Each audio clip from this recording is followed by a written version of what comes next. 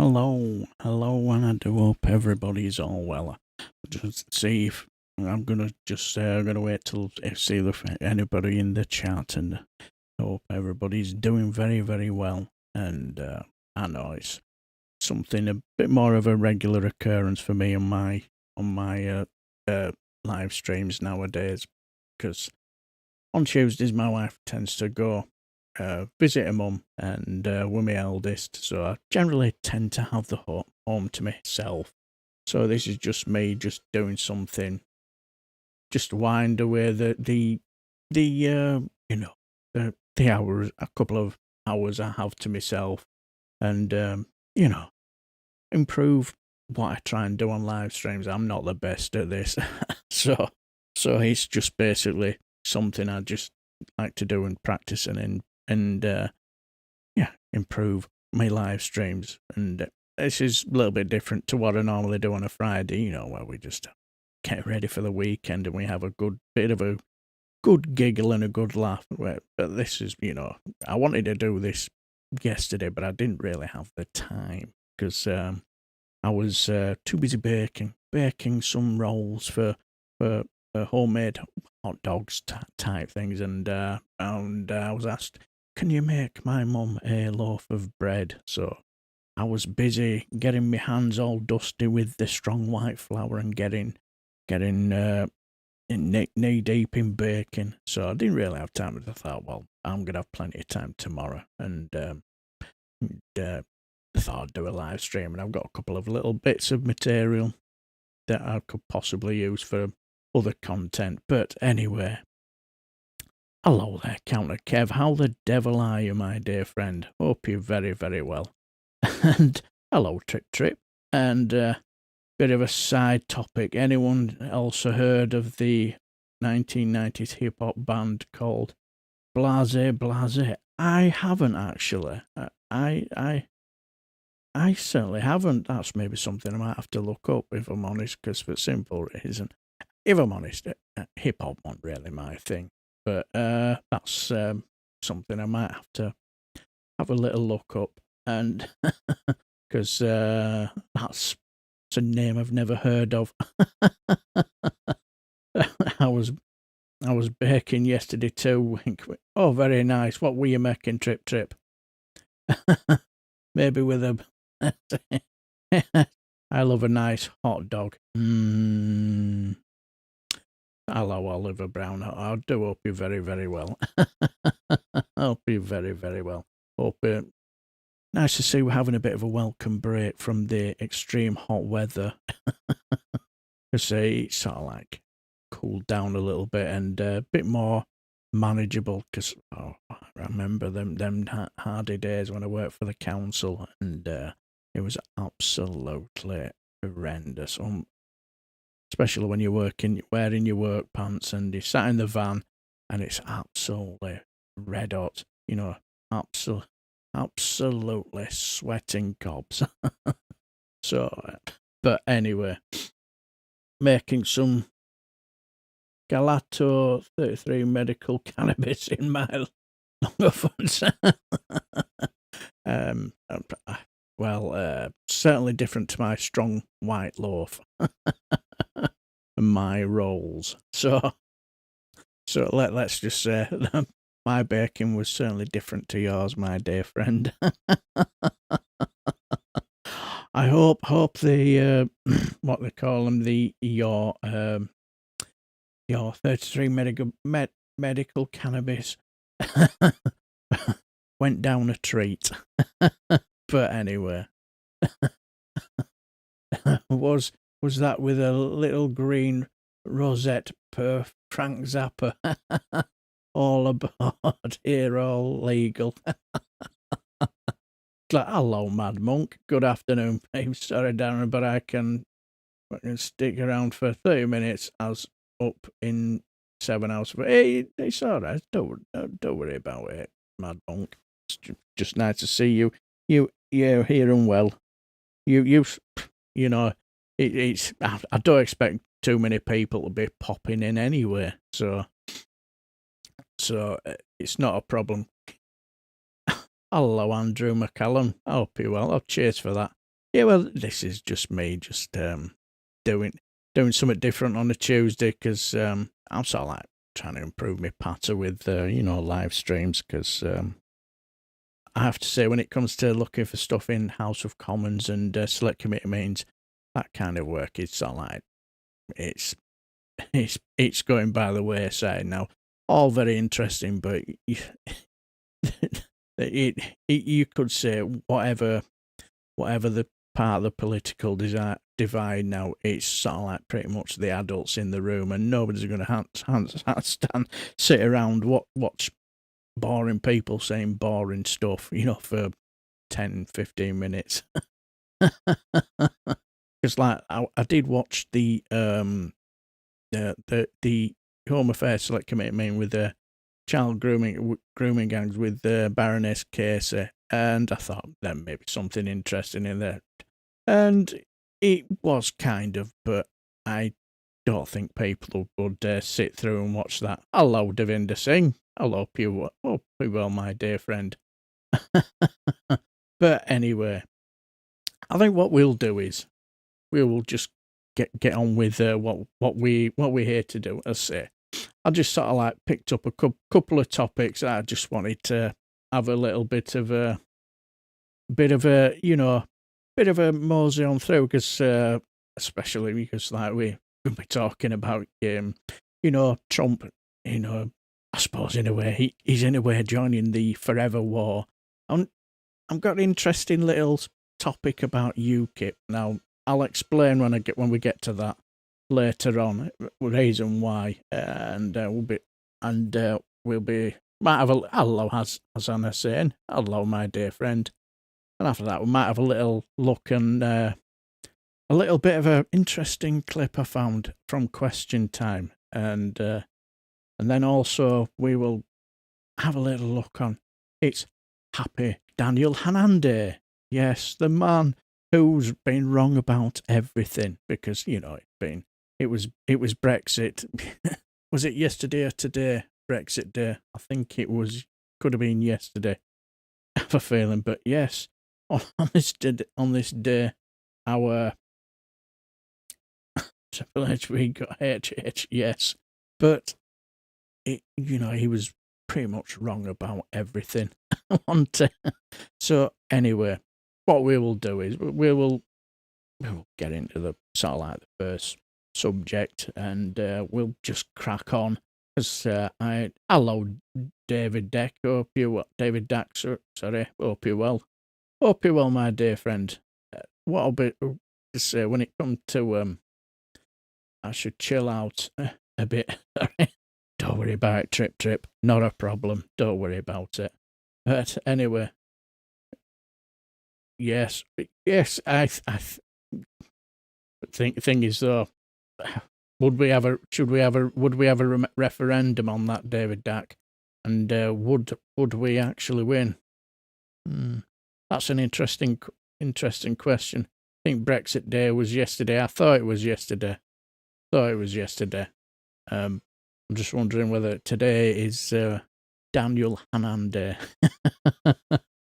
But anyway, I've got an interesting video on that. But anyway, let's crack on. Well, like was it Sunday? Was it on Sunday when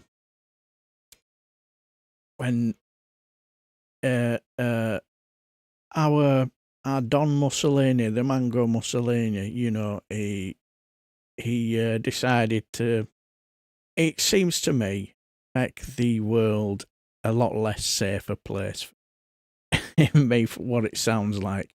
And I've just got a couple of little interesting videos, because like I saw a couple of them that were interesting on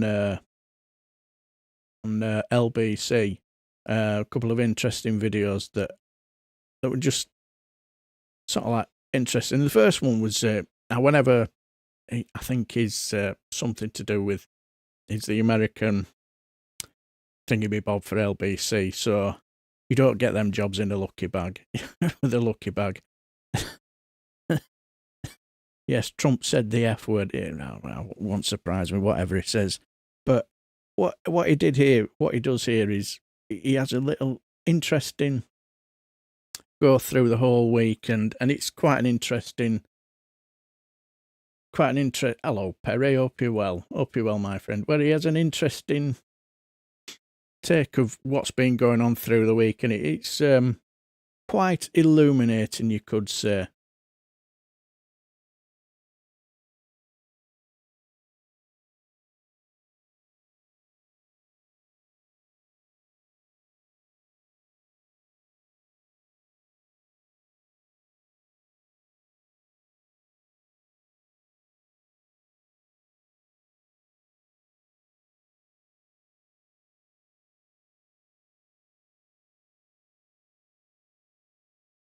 Just out of interest, can you hear that?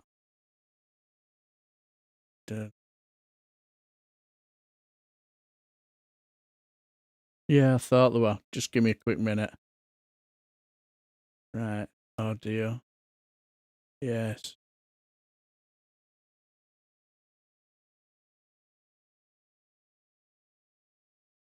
Right. I think that's, we'll go back. I do apologise. As this American week clatters to its conclusion, it may have been the week when President Donald Trump allowed the mask to slip.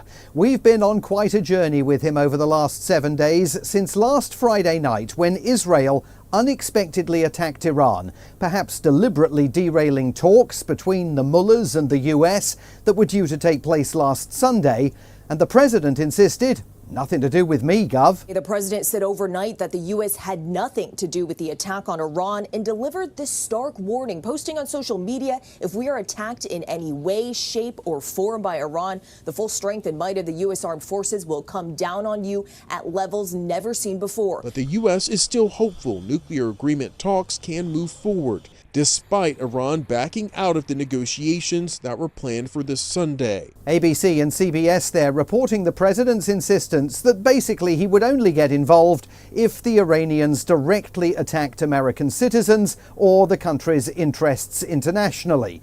And some of us thought with good reason. After all, just 90 days ago, create content for people and search engines with SEMrush SEO writing assistant. That's the trouble with these, you know, they basically they do text, and it's a perfect.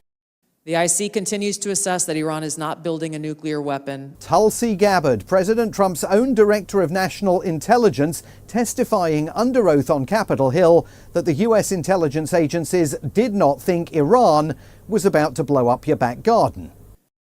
Yeah, so it's interesting, isn't it? Because didn't he go against his Tulsi Gabbard? It's kind of interesting that the rational sounding one was Tulsi fucking Gabbard. Unbelievable, innit?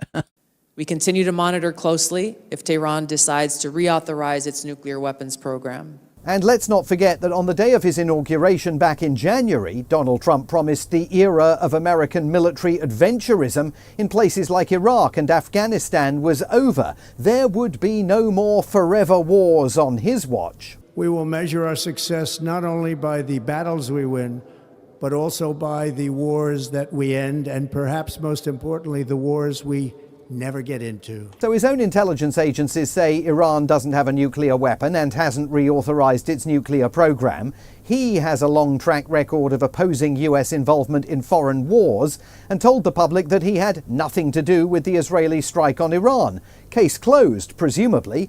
But then everything changed. Time and again, America's enemies have learned that if you threaten the American people, our soldiers are coming for you. Your defeat will be certain, your demise will be final, and your downfall will be total and complete. So, it's YouTube Premium, do you have to pay for that? I have no idea how to do that. It's not really something I've considered. Refreshing to see YouTube ad that wants a scam AI. Yes, hello DW, hope you're well. But yeah, it's hello LA as well, hope you're well. But and the lies you tell, yes, exactly. President speaking on Saturday at a parade in Washington ostensibly designed to celebrate the 250th birthday of the US Army that just happened to fall on his own 79th birthday. And the sudden vehemence of his language towards Iran notwithstanding the rest of the event did not live up to his expectations. First, there was torrential rain that ensured hardly anyone turned up. Then there were images of soldiers who could barely be bothered to march properly as they paraded in front of the increasingly dour and irritated commander-in-chief. At one point, even the TV audience could hear the squeaking of tanks as they were driven past him. And finally, there was an extraordinary scene in which a soldier held a drone aloft as he wandered past the president, looking a bit like Lance Corporal Jones in Dad's Army, coming up with a solution on the fly to a drone that for some reason would not fly. And bear in mind that at exactly the same time that the military parade was turning into a damp squib, all over the country, up to 6 million people were simultaneously taking part in protests against Trump and his government. The No Kings movement mobilized more opponents of Trump on a single day than we have yet seen since his second term began. Among those marching in New York City, the actor Mark Ruffalo, who spoke to MSNBC. Why are people out here getting soaked in the rain to send a message? Because we see our democracy is in real trouble. We see a president who has made himself a king and dictator. And we don't see an opposition that's powerful enough to stand up against the trampling of our rights and the trampling of the Constitution that's happening every single day. Which, if you think about, I have to say that he's got a point there. You know, when it comes to the Democrats, they've been woeful, haven't they? Did that poor soldier have to make the sound of a drone as well? It won't surprise me. It won't surprise me, Perry. Yeah, I know what you mean, DW. Yeah, there were a number of crypto companies, weren't there? But he's got a point. All you ever heard from who was that? I've forgotten the name of the guy with the lead. You know, he's got his glasses down to the end of his nose. We will win. We will win. We will win. Absolutely stirring, inspiring stuff, isn't it? It is not just an indictment of the president, it is a savaging of the Democratic Party as well for simply failing to meet the national moment. But it was the Republicans this week who tore themselves apart in public. By the time Donald Trump flounced out of the G7 summit in Canada, leaving early, grudgingly signing a declaration calling for de-escalation in Iran, and of course leaving the Prime Minister to pick up the papers that the President dropped when the two men hailed yet another somewhat questionable trade deal, back at the White House... You don't know. I may do it. I may not do it. I mean, nobody knows what I'm going to do. I can tell you this, that Iran's got a lot of trouble. When he said that, for me, the first time I saw him do that, I think, he doesn't know what he's going to do. He has no idea. He's just basically just trying to get through 24 hours into... He didn't know whether he's going to bomb or he's going to do anything. I think it's a case with him. He'll do whatever he wants to do, depending on which side of the bed he falls out of. There's no strategy. There's no plan. That's all he's saying. That's all he ever says. And when he's in trouble, oh, you'll find out in 2 weeks. 2 weeks' time. The US leader was stoking the notion that he might join Israel's attack and drop bunker-busting bombs, the most powerful non-nuclear weapons in America's arsenal, on Iran's deeply buried nuclear facilities. And that drove some of his far-right supporters nuts. This is stupid. We don't need to be involved in Bibi Netanyahu's Middle East BS and expansion policies. Okay, they don't have the people, so they want you to be the people that go die for it and are trying to marry you to those ideas. Far-right influencer Candace Owen this week accused President Trump of betrayal. Obviously, no person should send their kids to die in the Middle East because this has been our policy, our flatline policy for the last decades, and nothing good has come of it. And the most brutal indication of the conflict between those Trump Republicans who believe that the United States does have a vital security interest in Iran and those America First figures who do not came in a podcast hosted by former Fox News presenter Tucker Carlson. His guest was Republican Senator Ted Cruz of Texas, who favors a military strike. And the encounter itself turned into a bloodbath. This is hilarious, isn't it? I don't know how much any of you watched it. I can't remember who I watched, who went through it. And he was in hysterics laughing at the way he was tied up in knots and made it look like an utter munter, didn't he? Here is just one part of it at length. How many people live in Iran, by the way? I don't know the population. At all? No, I don't know the population. You don't know the population of the country you seek to topple? How many people live in Iran? 92 million. Okay. Yeah. How could you not know that? I don't sit around memorizing population tables. Well, it's kind of relevant because you're calling for the overthrow of the government. Why is it relevant whether it's 90 million or 80 million or 100 million? Why is that relevant? Because if you don't know anything about the country... I didn't say I don't know anything about Okay, what's the ethnic mix of Iran? Hey, does learning how to use your camera ever feel like you're trying to solve one of these? Yeah, that's true. Now, well, in just 14 yeah, whatever. They are Persians and predominantly Shia. Okay, this is cute. It's not even. You don't know anything about Iran. So okay, I am not the Tucker Carlson expert on Iran. You're a senator who's calling for the overthrow of the government. You're the one who don't know anything about the country. No. Now, the thing about that is Tucker Carlson was using Ted Cruz there as a surrogate for Donald Trump. Every single person watching that knows that the American president would be even less able to answer basic questions about Iran than Senator Cruz. At the White House, Trump tried to tough it out. It seems like this issue on whether or not the United States should strike is kind of dividing a lot of your supporters. No, my supporters are for me. My supporters are America first and make America great again. My supporters don't want to see Iran have a nuclear weapon. But as the week advanced, the president came to understand that he had a difficult line to walk. So while he continued to threaten a military strike, he also appeared beguiled by an Iranian offer to send a delegation of the country's top leaders to the White House. And they want to meet, but it's a little late to meet, but they want to meet, and they want to come to the White House. They'll even come to the White House. So we'll see. I may do that. With hindsight, that on Wednesday should have been the giveaway. He still talked in the Oval Office about anything could happen. He'd make a decision in the last second. But there are two competing Donald Trumps. The president who wants to drop massive bombs on Iran's nuclear facilities first and then negotiate about things later. And the president who wants to try and win the Nobel Peace Prize by negotiating now and then not having to fight a war later. And under pressure, as a result of the schism among his own supporters, last night he left it to White House Press Secretary Caroline Leavitt to announce which Donald Trump had, for now, won the day. Oh, this will be interesting. She's a law unto her own own self, isn't she? KKK Caroline Leavitt.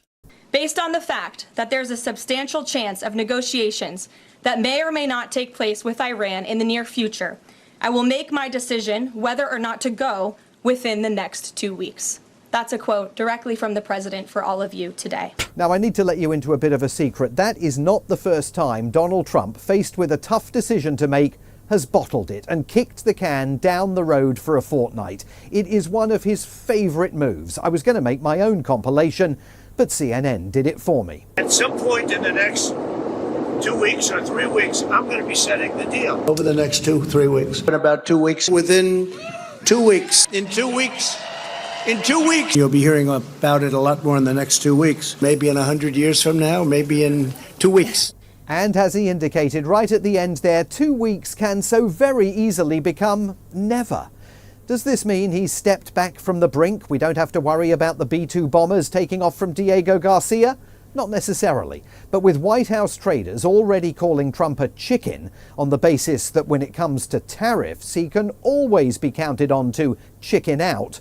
On foreign policy too, the message that he has sent to Vladimir Putin over Ukraine, to Xi Jinping over trade, and now to Iran over its nuclear ambitions is Let's swerve the confrontation, at least for the next 2 editions of American Week. Now that I Well, that's fascinating. Yeah, I personally think. What do you think? Yes, I have to say, I remember when I woke up the Sunday morning, and I thought, "What the fucking is he done?" Yeah, exactly. That Tucker Carlson interview, counter Kev, was just fascinating. You could tell them years working on Fox News, he's using that to his advantage, isn't it? Yes. yes, because like, someone tipping an ice bucket on me. I remember the ice bucket challenge. Oh, good God, that was scary. Ooh, 3 buckets on top of your head. Ooh, yeah. Tucker Carlson pretending to be shocked face is so fit. Yeah, exactly. Trip. Yeah, he knows exactly what he's doing. Maybe not. No one knows. So people say they say, sir. No one knows. Yeah, it's. I think you mean a man boo prize. Yeah, a Nobel Peace Prize. Yes. Getting outsmarted by Tucker Carlson. To be honest, I think Tucker Carlson's a bit more intelligent than what people give him credit for. I think he's a bit more smarter than most of the Republicans. I get the feeling, and them years at Fox News, I watched it and he just made him look like a complete clown. And Tucker Carlson is very smart. He went to Harvard or something. Yeah. I think he's more intelligent than most of the Republican senators, without a shadow of a doubt. I still remember that time when Jon Stewart just ripped into him because of his bow tie, and clearly that irked him. That was funny, but anyway, as I say, I saw a couple of interesting videos, about the.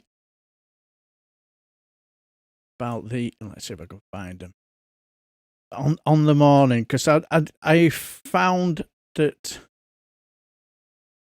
Yes, give me a. It's like, I think. Yes.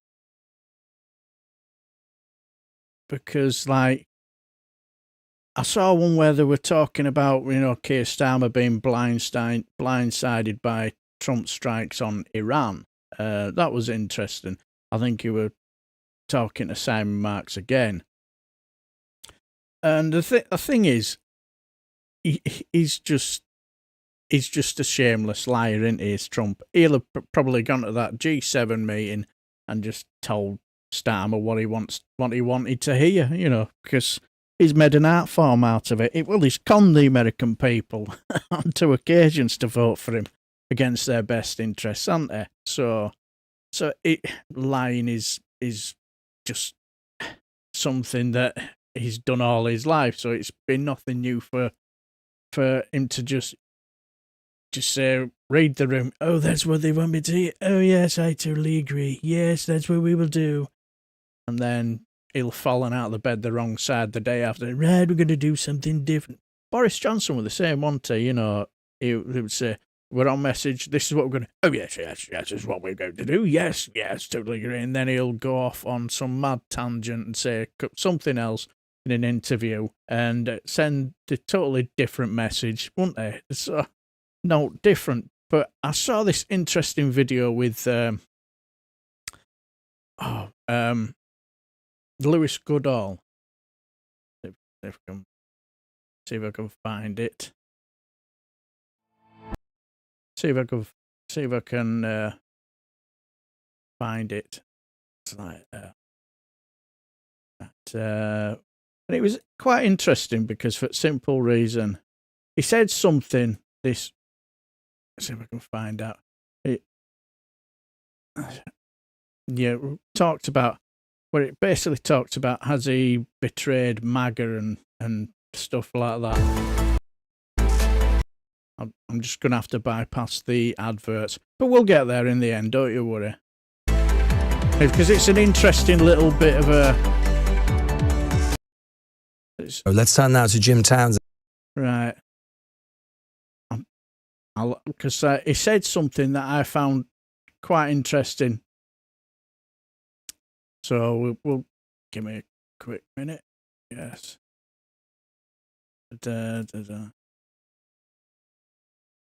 And because they basically was asking, has Donald Trump betrayed MAGA? And it was an interesting little interview because he said something that I thought, ooh, that is interesting.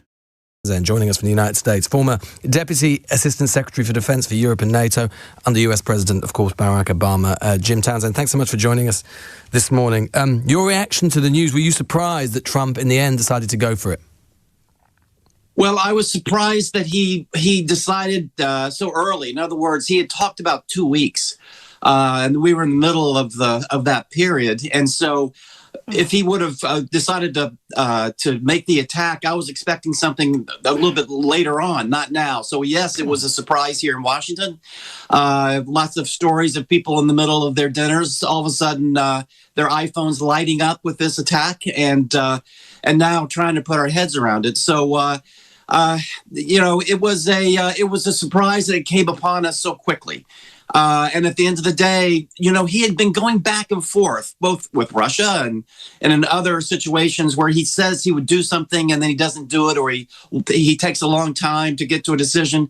This was an early decision, and it was certainly one that was no prevaricating. He just pulled the trigger. It is extraordinary, isn't it, that this should happen at Donald Trump's hand. This is, of course, a man who, in many ways, his rise and ascent in politics was, to some extent at least, predicated on the rejection of Republican neoconservatism, of the Iraq War adventure, of forever wars, as he talked about in his first term, was very successful in particular at keeping America out of anything like that. And yet here he is. What do you think was the winning argument for him? Why this change? Well, that's a great question, and it's what everyone is trying to figure out. Of course, this has caused problems within the MAGA organization, because they are still upset that he decided to take this action. This is something that goes against isolationism, which is a good part of the Republican Party now. This goes against staying out of the forever wars, as you mentioned, and he seems to be going against his own people in terms of their philosophical approach about America first. So what made him do it? I think part of it is how he was looking, that as he was dealing with the Ukraine-Russia peace negotiations, as he was dealing with the Iranians, he began to get the feeling that he was being tapped along, as he mentioned a couple of weeks ago about the Russians. And I think he felt that if he didn't take action, he would be looked upon as weak. Taco is that new expression for him. Talk, that all he does is talk, and then he chickens out. So he's got this problem, I think, in terms of how people are looking on him domestically. That was the interesting bit, because I remember I was thinking to myself when he said that, I thought, I think that's really, really irked him. I think that has really, really irked him. And I also think that the parade has already irked him, and I think he's doing this as well to basically, try and distract from his rather poor parade, his birthday parade.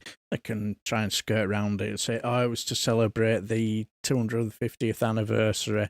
No, it wasn't. It was all about him, wasn't it? I said before, Donny meant to sleep, but he gets confused a lot. He gets confused a lot. He's all of the same. There's Zane of Fox News. Yeah, exactly, because I was listening to James O'Brien the other day, and he talked about some article basically saying that they were saying that the reason why he decided to do it because they were watching Fox News, and he said, I noticed Benjamin Netanyahu's getting favourable views and favourable ratings on Fact News, so maybe I should join in and join in the fun. Maybe I'll get favourable views too. And it won't surprise me because he's that kind of petty person, isn't he? And but anyway, back to this. What I'm going to do is, if you see me rocket, I'm just going to open the front door because my wife will be home soon. So I'll be back in a minute, and you'll leave you guys to watch this. As well as in Moscow and Beijing. So part of this, I think, was he was fearful that his own image was being tarnished by not looking decisive and taking action. And so that was part of the reasoning, I think. Obviously, he is now saying, and he said that it's time for Iran to come back to the negotiating table. I mean, of course, one of the many ironies of this situation has been that it was Trump himself in his first term withdrew the United States from the JCPOA, the Joint Comprehensive Plan of Action that your old boss Barack Obama negotiated, which was supposed to deal, it had its critics, but was supposed to try and deal at least with the problem of the Iranian nuclear program. Do you think that it is at all credible now that Iran does come back to the negotiating table at some form, let's say in the short to medium term? And if they did, how different would the deal be to the JCPOA from which Trump himself withdrew from?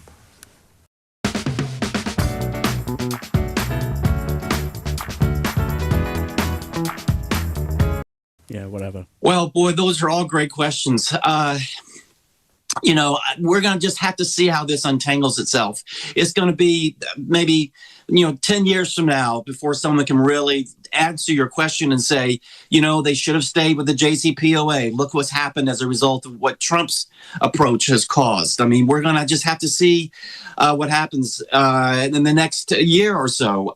Coming back to the table, it's going to be a very different discussion in so many ways than JCPOA. When they sat down there was something to negotiate. There were options in terms of what Iran could do. There was something to deal with. Now there's not. I mean, the nuclear program, we'll just have to take the president at his word. The nuclear program has been has been destroyed. So now they're going to sit down and talk about what. Can they rebuild? Will they rebuild? What will the conditions be if they're going to rebuild something for civilian use? The whole discussion, the whole parameters, the whole end game for what the parties will try to arrive at in any kind of negotiation will be so different. And also, will Iran be willing to sit down with a gun to their head? That's something you always hear in a negotiation. We will not sit down and talk when there's a gun to our heads. And that's certainly what Iran could say. And I've got an interesting clip. Something about all this after this, but yeah, why would they? Oh, it's all right. Don't worry about it, Mark. Don't worry about it. It's not a problem. Hello, Alistair. I hope you're well, my dear friend. But hello, Towers. Don't get tasered. I hope you're well. Now, what I find interesting is right. I think it's Secular Talk. Somebody said something interesting. I think it might be his wife, and she basically said that will just give him will probably give him the green light to push for nuclear weapons now. Because you look at what's happened with Ukraine, they don't have nuclear weapons, and they've just been allowed. Russia's been allowed to just do whatever they want, and it seems to be America seems to do whatever they like. Break international law. Who cares? We're America. And it's only Iran. They don't have nuclear weapons. What do you think? Well, we might as well just make nuclear warheads now. Because, hello, Sir Larry. I hope you're well, my dear friend. If you're not subscribed to Sir Larry's channel, please do. He does some fantastic stuff. And he's done some fantastic stuff for me, for my Friday frolics. But anyway, let's continue with this. And last night, the president made very clear that there was a gun to their head. You're going to have to talk.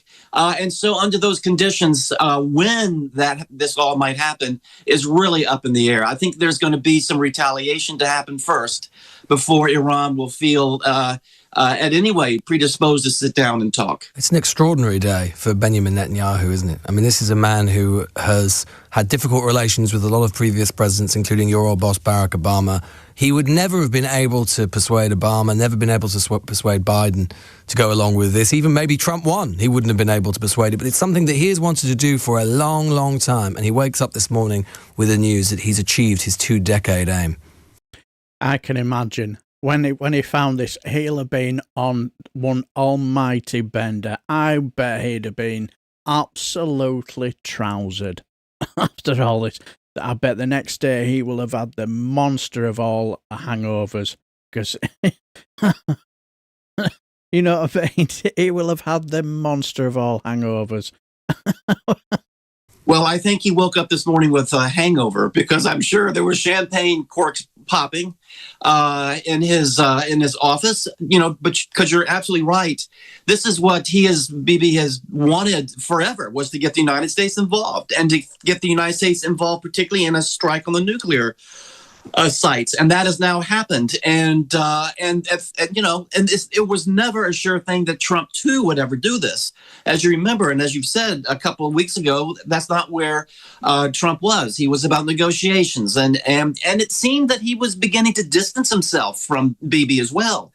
So it was a whole different picture 2 or 3 weeks ago in terms of how the U.S. might play and what the U.S. relationship with Bibi was turning into. And then suddenly, within a few weeks, right as the G7, as you remember, when he left the G7 early, suddenly he was on another path.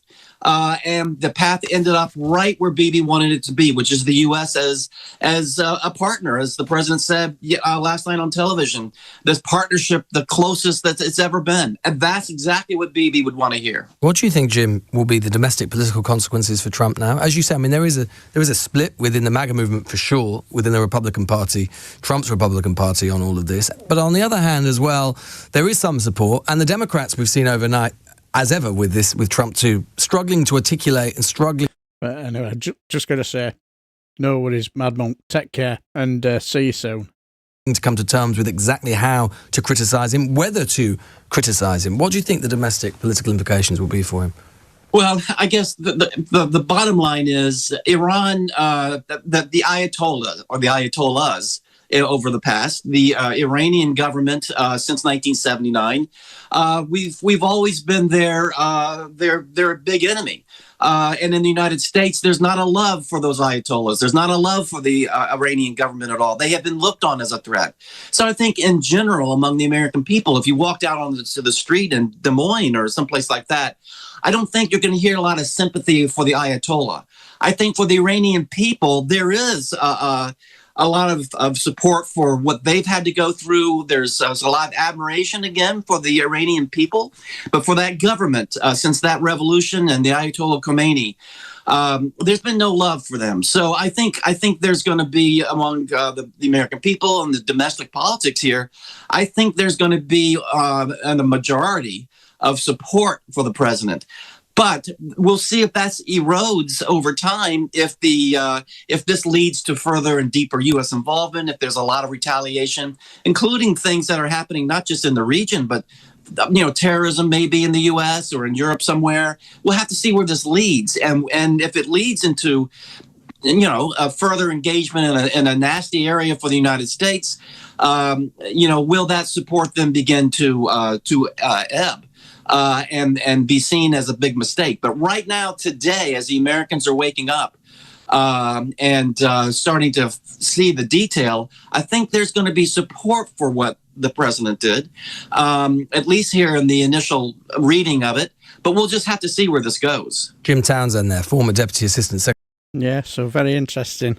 Very, very interesting. Because, when he mentioned the taco Trump bit, Trump always chickens out, and I did a hello 1-inch punch bowl. Hope you well, my dear friends. Spot the orange vomit bag in this, and you have no right to play victim. Yeah, exactly. Because I remember his interview. Well, not his interview, where he did his statement, and he had them clowns stood behind him. They didn't look happy, did they?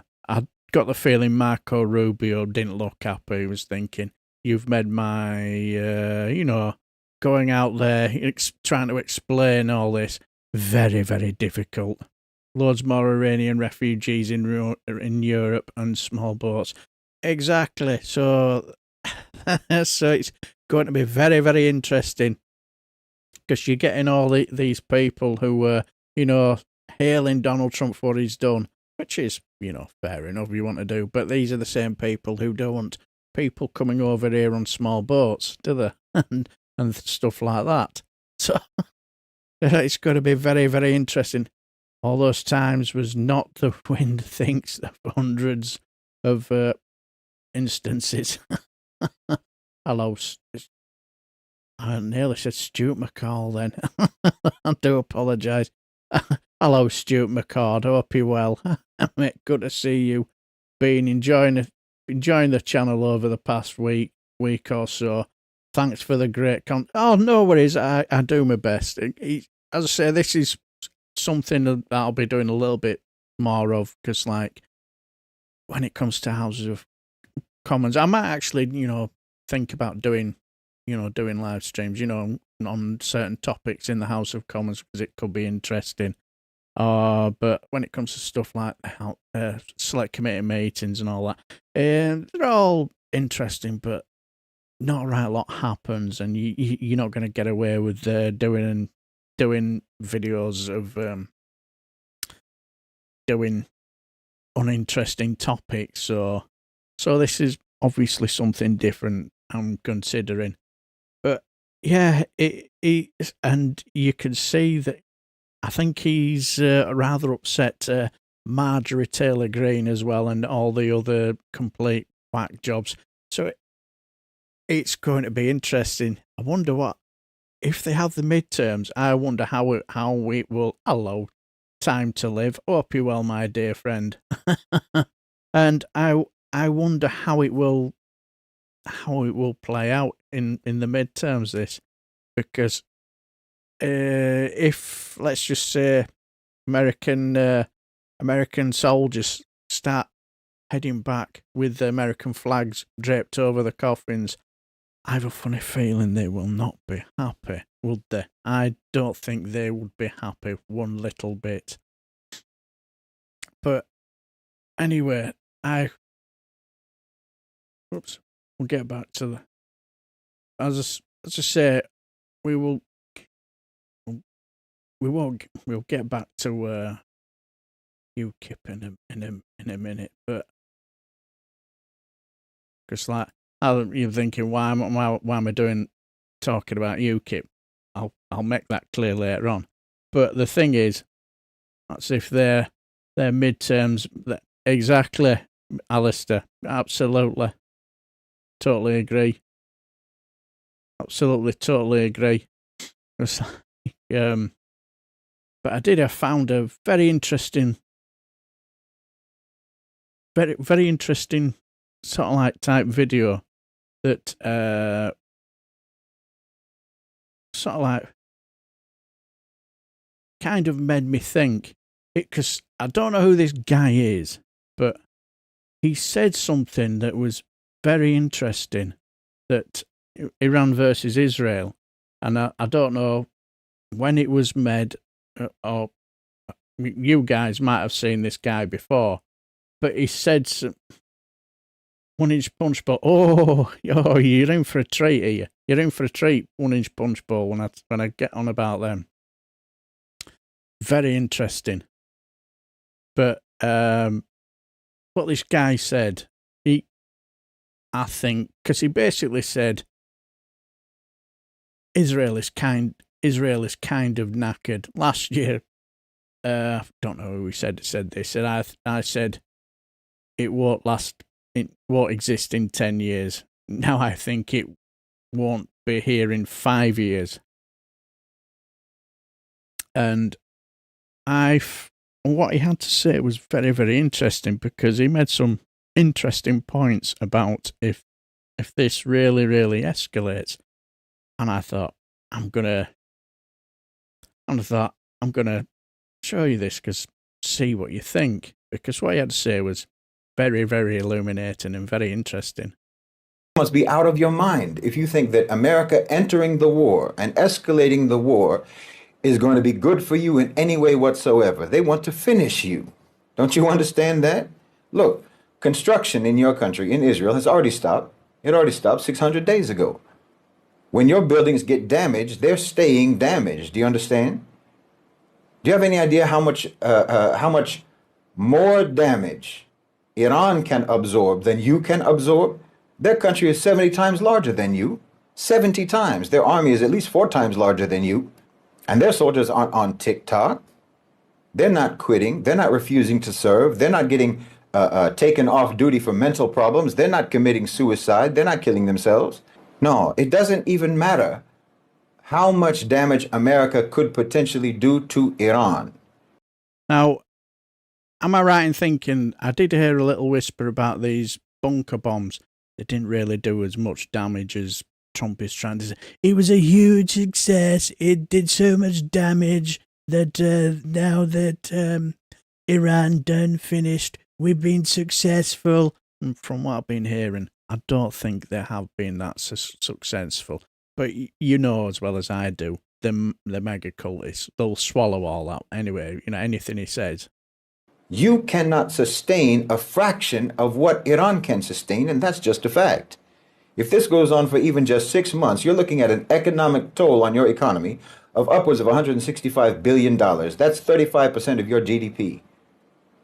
Double that if it goes on for a year, and it can go on for a year. If it's a full-blown war and Iran starts to get replenishments of their artillery from Russia, China, North Korea, whatever, and if they reactivate their proxies, oh yes, it can go on. And yes, the fact of the matter is that your people all have somewhere else to go when things get bad. Iranians don't. You understand? Iranians don't even have to carry out a mass casualty attack in Israel. They don't have to focus on that. All they have to do is land one rocket in one building, and everyone in every apartment of that building is on a plane to New York. They're on a plane to Paris or to Moscow. They can literally depopulate your whole country just by targeting infrastructure. Because at the end of the day, you're all pampered Westerners, after all. You're not trying to live without Wi-Fi and cappuccinos. You know it and I know it. You're not ready to die for the Zionist cause. I mean, be serious. And then there's the fact that, what do you think happens if they escalate the war? What do you think happens when American soldiers start dying for you?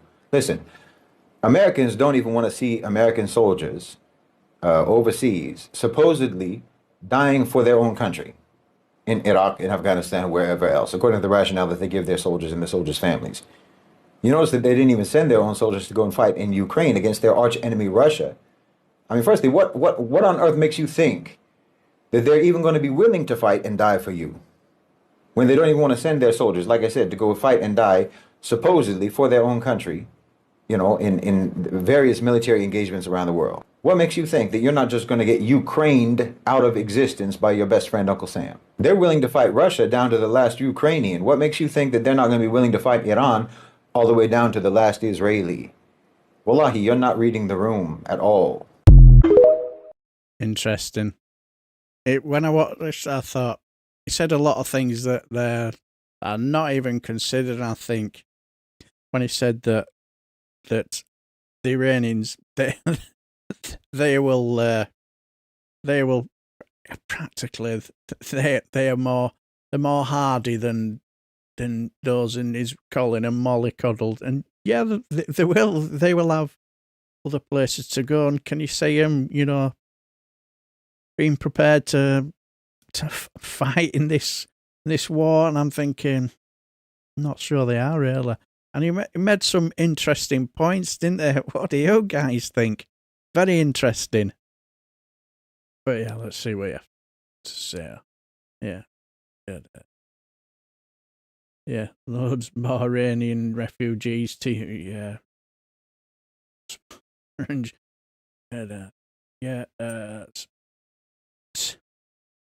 I heard Israel said it broke, and it said it broke as Iran sent one missile after it was announced taken with a big chunk of salt.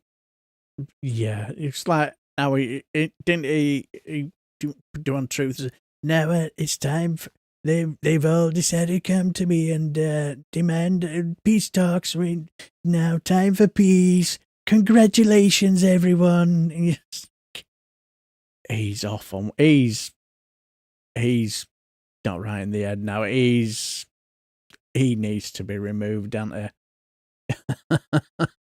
He does. He has to be removed, doesn't he? He's just absolutely gone, hasn't he? Yes. Loads more Iranian refugees in Europe and small boats. Yeah. Scotland get independence. Imagine the migration north. Well, if you do, can you just push that border down towards Bradford way? Bring us in.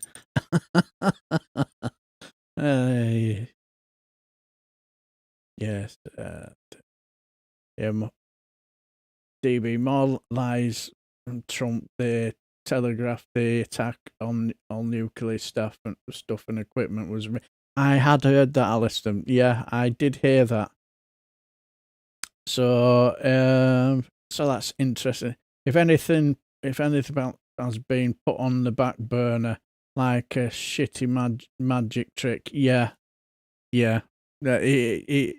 It's just, I just find it absolutely shocking, because I think there's because like we all know he's been saying it since 1992 that Iran the weeks away from building a nuclear bomb and shit like that. And so why is he attacked now? I'm just wondering if there's a little bit of what you call switching the attention, throwing in a dead cat, by bombing Iran to hide away from the bad publicity that they're getting with Palestine. Don't be greedy, the Scottish border should include Huddersfield.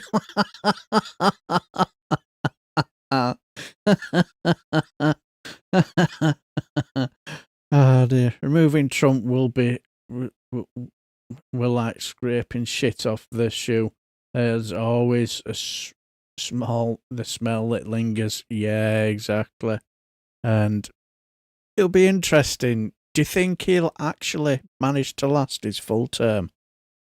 Do you think he will? Interesting, because you look at him, he's clearly not the same person from his first term, is he? He's clearly just not compass mentis. He's just not all there, is he? He's clearly struggling mentally, and you saw him at that G7 meeting. He didn't look like the same person from 2016. Hello, Scott. Hope you're well, my dear friend. Yeah. About all counts, there is no radiation increase after that the attack. So no nuclear stuff was aerated into the air. Oh well, that'll be a fine relief. Because like I was talking to my lad before he set off for work, and he don't really take much interest into the rest of what's happening, but he reads little bits, and he'll ask me a little bit of questions, and he seems to be all abreast of what seems to be happening. I basically says to him, count your lucky stars you're not living in London. I certainly won't want to be using the public transport or the tube or anywhere around there in this present situation, because I would be a little bit nervous. And he said, well, yeah, I suppose looking on that, living in Bradford, I can hardly see there being some sort of terrorist attack in Bradford.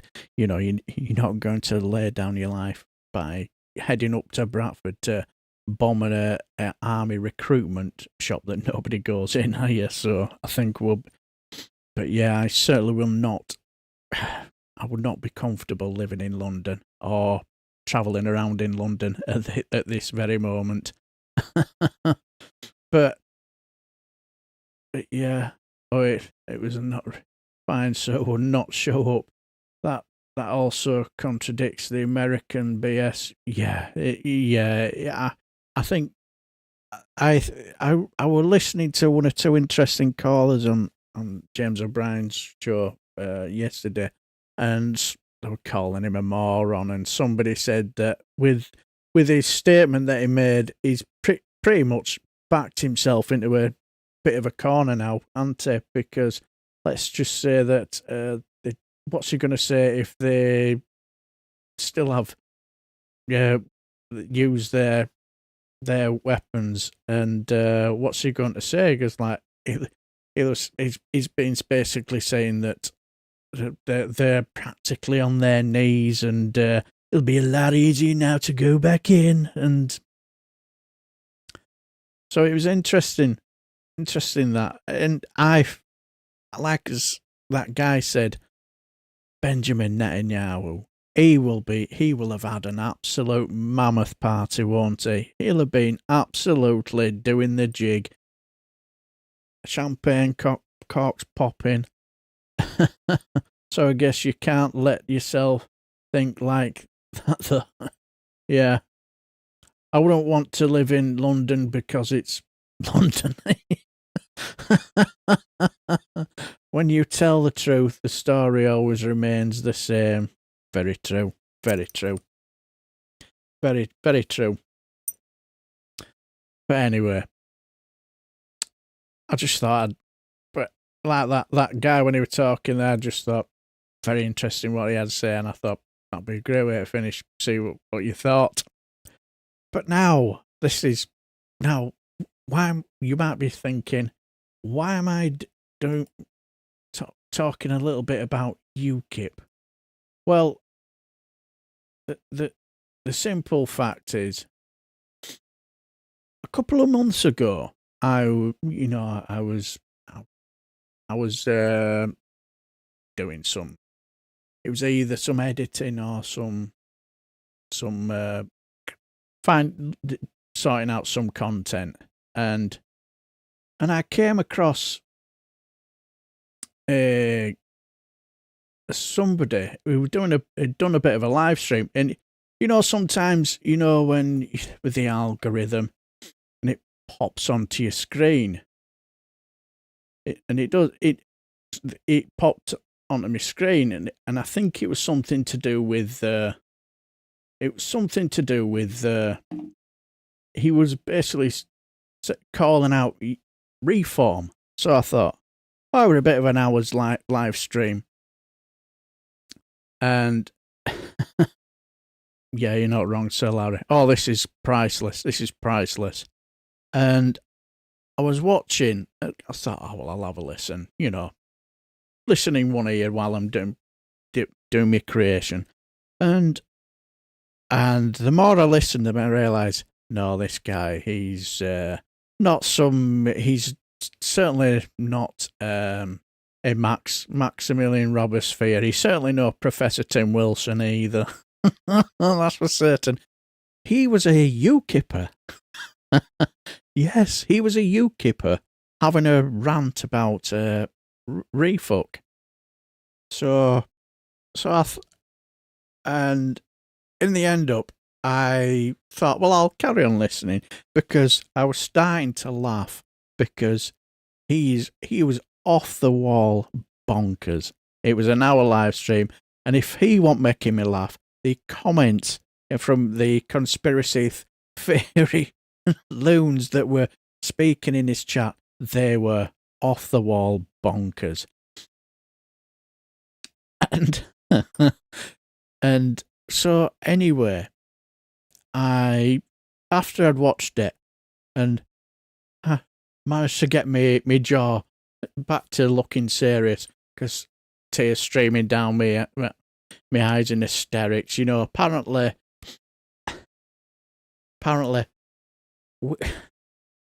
Keir Starmer is a Marxist socialist. So, yes, that's who he thinks. What he thinks. He also thinks that the man who should be Prime Minister is Rupert Law. He was absolutely off his nut. And so in the end up, you know me, my little devil inside me say, "Are you going to put a comment below?" So I thought, shall I? Well, the devil at the side of me said, "Yeah, go on, have a bit of fun, let your hair down." So I basically said, "Have you ever thought of doing comedy? You are hilariously funny." Said the people who I find the funniest are those who take themselves hilariously seriously, but in the end up, all you can do is laugh because they're serious. Their serious conversation is just too funny to take serious.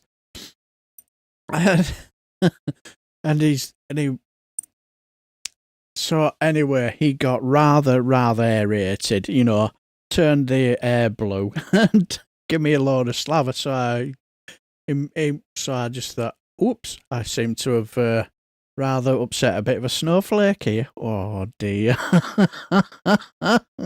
So every now and again, I sort of like popped in, had a little look at he does a couple of small short videos of 3-4 minutes tops, where he wanders around his house talking drivel and nonsense. But anyway, Saturday, he was at the UKIP meeting. And I'm not gonna. He was at because they did a turn up in Nottingham. So I watched it for a little bit.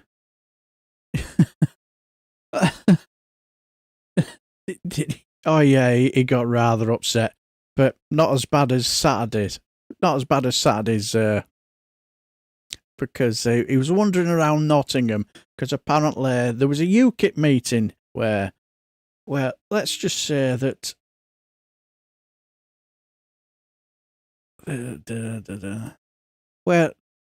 now give me a quick minute, where this guy turned up.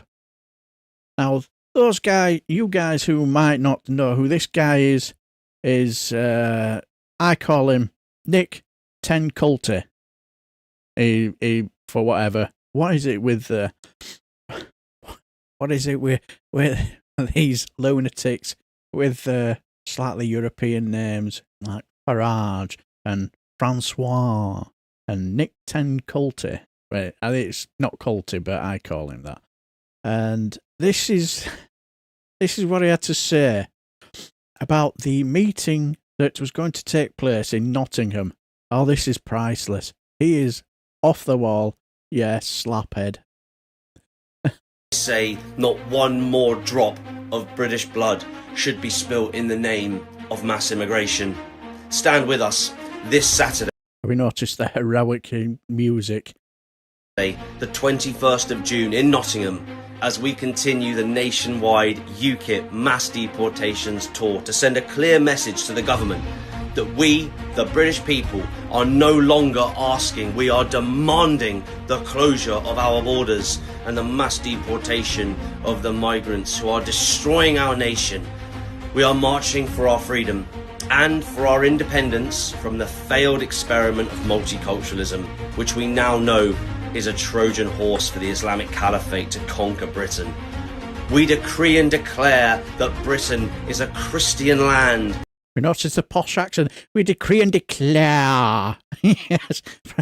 Anyone will think you went to private school or something. And that no one voted for mass, uncontrolled, legal immigration.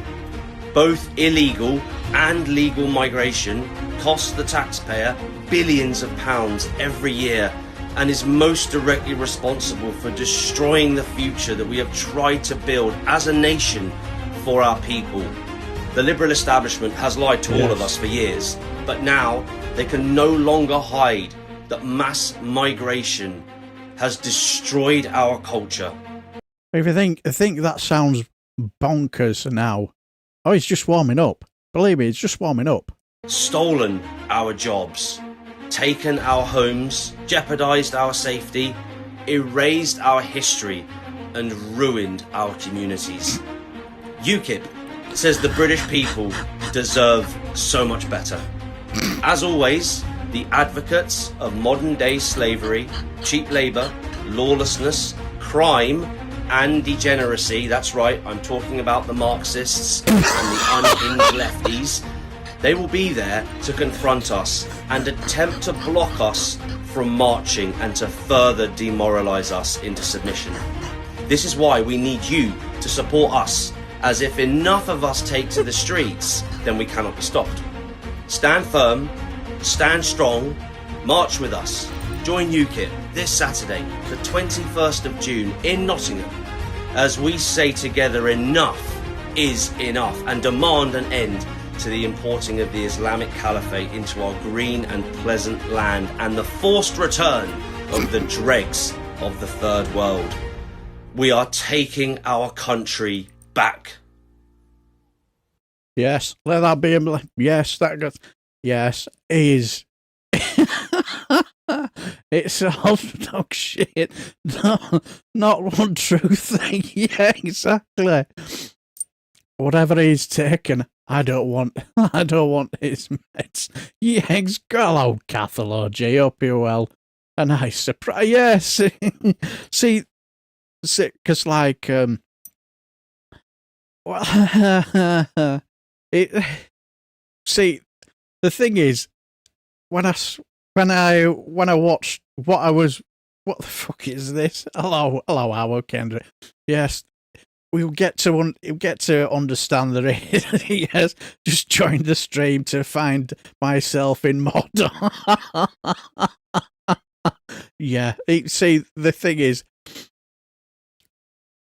this when I thought like, well, it was Saturday, and I thought I'll have a look on. I was sort of like making whatever for dinner, something to eat, and whatnot. And I was looking on YouTube, and I noticed, oh, he's doing this clown's doing a live stream. So I thought, oh, right, he's somewhere. See what he's doing. You see what he's doing, and he was in Nottingham at this mass deportation march. And to say it was an eye-opener is an understatement. He spent more time watching what the police were doing. He spent more time watching what he called the dregs, the great unwashed, and watch what the lefties were doing, instead of concentrating on what the whole point of the march was. So me and my cheeky side, because I cannot help myself, I thought, shall I say something in the chat? So I remember thinking, right, what's this march for? And because it just looks to me like a load of people flag shagging and running around shouting football chants. So what's the point? What's the reason for this march? Well, nobody answered. So in the end up, I said, that's the whole point of UKIP now. To meet on city centre corners, flag shagging, singing football songs. Why don't you just go to a football match and watch your favourite team? There'll be people who will have travelled down from wherever. They'll have got season tickets for their favourite football team. Missed the home game. Well, they won't done because there's no football on, so which is fair enough. But I was just sat there thinking, what a waste of an afternoon. You just sat in a corner looking at counter-protesters and singing football songs. Well, one bloke said, well, what do you think they should do then? And I just basically said, well, they could start by Stop wandering around city centres, you know, flag shagging. It looks ridiculous and sad. And also, stop following somebody who's as thick as mince. Because at this time, he was going through his grand speech about communism and two-tiered whatever. And somebody said to me, I decided to have a go at me and called me delusional. I says, mate, I'm not the one who's following a guy who thinks we're living in a communist state. So, and somebody else said, why don't you go eat a salad? I thought, oh wow, you'll have dreamed that one up. You'll have waited all night to think that one up. And I said, well, at the moment I'm eating a chicken biryani and, in the back garden and drinking a nice pint of Madre. Yeah, and so anyway, one of them said, I've subscribed to your channel. So because he said, I'll give you some salad recipes. And I thought, oh, well, I look forward to that and thank you for the subscription. I don't think it'll last long, but don't worry about it. And hello, Ad Archive, how you doing? Short day today and no work on, so thought I'd join the fun. Have you seen Trump just drop the F-bomb on the news? No, I haven't, but I'm sure. Don't be surprised if that makes the Friday frolic somewhere. And hello, Ben Shaw. Hello. In the main, they have season tickets to club owned by foreigners, but don't protest about that. Very good point, Ben Shaw. But anyway, as I'm just having it, one of the moderators said to me that if I don't, I'm unsubscribing if he turns up. I don't think he will. But anyway, his moderator, I think his name was something called Steve or something. Yeah, yeah, tells you. Threatened that I will be put on the naughty step and banned for whatever, you know, for trolling. And I went, so much for freedom of speech that you all protest that he's under threat then, eh? Well, that sent his blood pressure up to whatever. And to be fair to the guy who do the stream, because like they were saying, oh, we've got a troll in the chat. It's, oh, let him troll, blah, blah, blah, and all that, which is fair enough. I'm seeing Weezer at Peace Hall in Halifax. Oh, nice one. Oh, they've had some fantastic gigs there, haven't they? Peace Hall. Very cracking. Nice one. I hope it's an absolute belter for you. But anyway, chat, here's the link to the F-bomb Trump drop. I might actually, I'll see if I can, I'll hold on to that. I'll see if I can hold on to that. But I'll keep that in mind. I'll watch that in a minute. But anyway,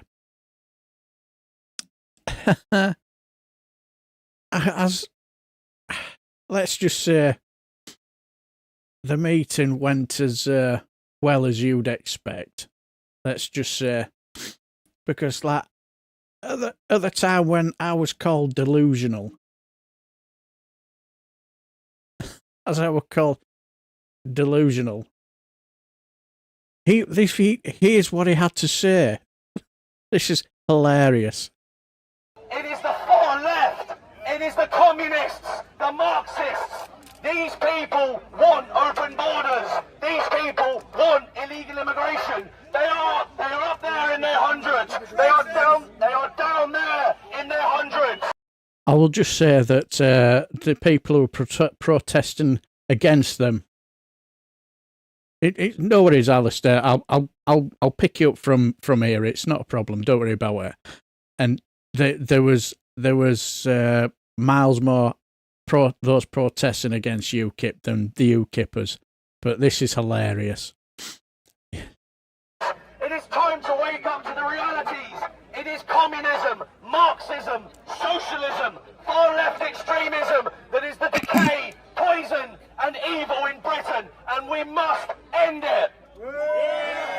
Yes, exactly. Never trust a lefty with your kids. Yes, that was one of the chants. Never trust a lefty with your kids. Yes, great political powerhouses these guys are, aren't they? Or do you want to see what this astute political brainchild looks like? Yeah, there he is. Look at that fucking belt up. Yes, fine figure of a man. Yes. Never trust a lefty. Never trust a lefty with your kids. For too long, we have forgotten about the English warrior spirit. Yes. Oh, yeah. See this guy here? That's all he did. That's all he did during the... Because that's where they were all congregating in this little corner here. And this is where I was watching the guy doing his live stream. And he walked up to the... Apparently, according to him, this guy was triggering the left. Yes, that's all he did. And he was there saying, that's what I like to see. Plenty of people full of the British flag and this and that and the other.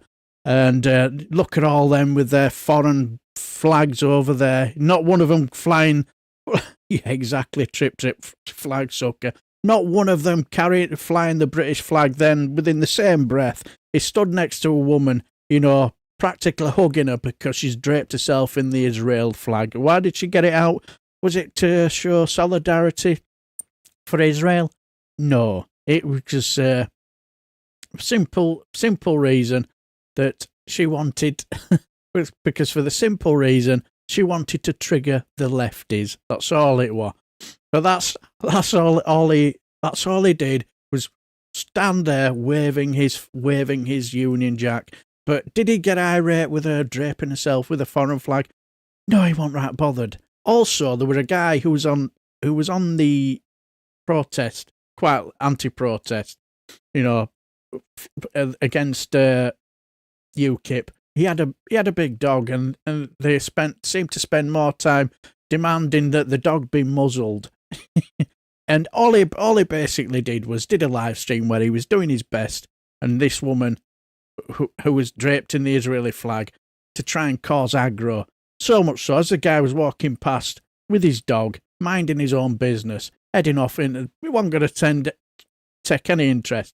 They decided what we will do is we will walk right next to him, and try and get the dog to react so it can try and attack us. We might get a viral clip or something. Well, it didn't happen, so his plan B was to have a go at him. And then call him all names under the sun to try and get him to react and get the dog to attack him.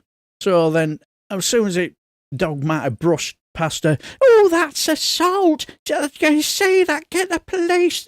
You've assaulted me. That's all you heard from. It was sad and pathetic.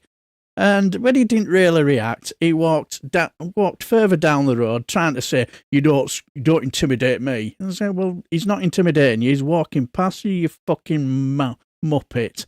And because he didn't get the reaction he wanted, he started following him while still filming him, calling him all names under. So he said, "Yeah, you try and meet a real man. Meet a man like me. I'll snap you in half like a twig." And he's thinking, oh, right, whatever. He'll just walk away. Clearly, he's unhinged and nuts.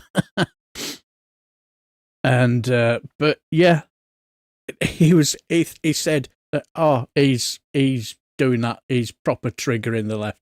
They weren't really interested. What they were basically doing at the top, they were guy with a megaphone.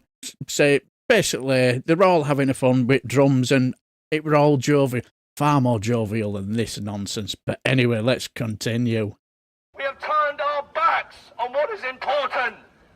It is not too late to save Britain, but everyone must do their part. These Yes. patriots all end. Yeah, he's basically told them, right, branch, push out, because there's not that many of us here, you know. Make it look as though there's far more of us than what there actually. But watch, there's a little mini Nick 10 culty hero worshipper, you know, who, you know when you hear somebody who, whenever they meet the hero, and they start to repeat their last final words. It's hilarious. Oh, what a sweetheart. Oh, it'll make your heart melt when you hear them. When you hear this guy. The wickedness, the evil, the horror, it ends when we say it ends. When we say it ends. It is time to detain, deport and remigrate the suspected 5 million who are here illegally, and we're sending the unintegrated migrants home with them. Send them home. Why do we want to do that? Because we want our country back. We want our country back. Come on, everybody join in. We want our country back. Come on, everybody in the chat. Come on, join in. We want our country back. We want our country back. UKIP, the UK Independence Party, is saying it is time to take our country back. Yeah! Thank you so much for watching and helping. Now this is interesting because let's be honest. Look at the area. Oh, the fire and everything. Don't it all look grand and wonderful? I wonder where he's getting his money from. Us expose the two-tier system in Britain. We can only keep fighting back against the communists due to the support of our members, so please consider supporting my mission and the vital work we do at UKIP. Yes, in other words, can you please help me fund my lavish lifestyle? I know we'll never get our country back, but if you keep my fire burning on them cold wintry nights, I'll be more than grateful. Joining us as a member today. Thank you.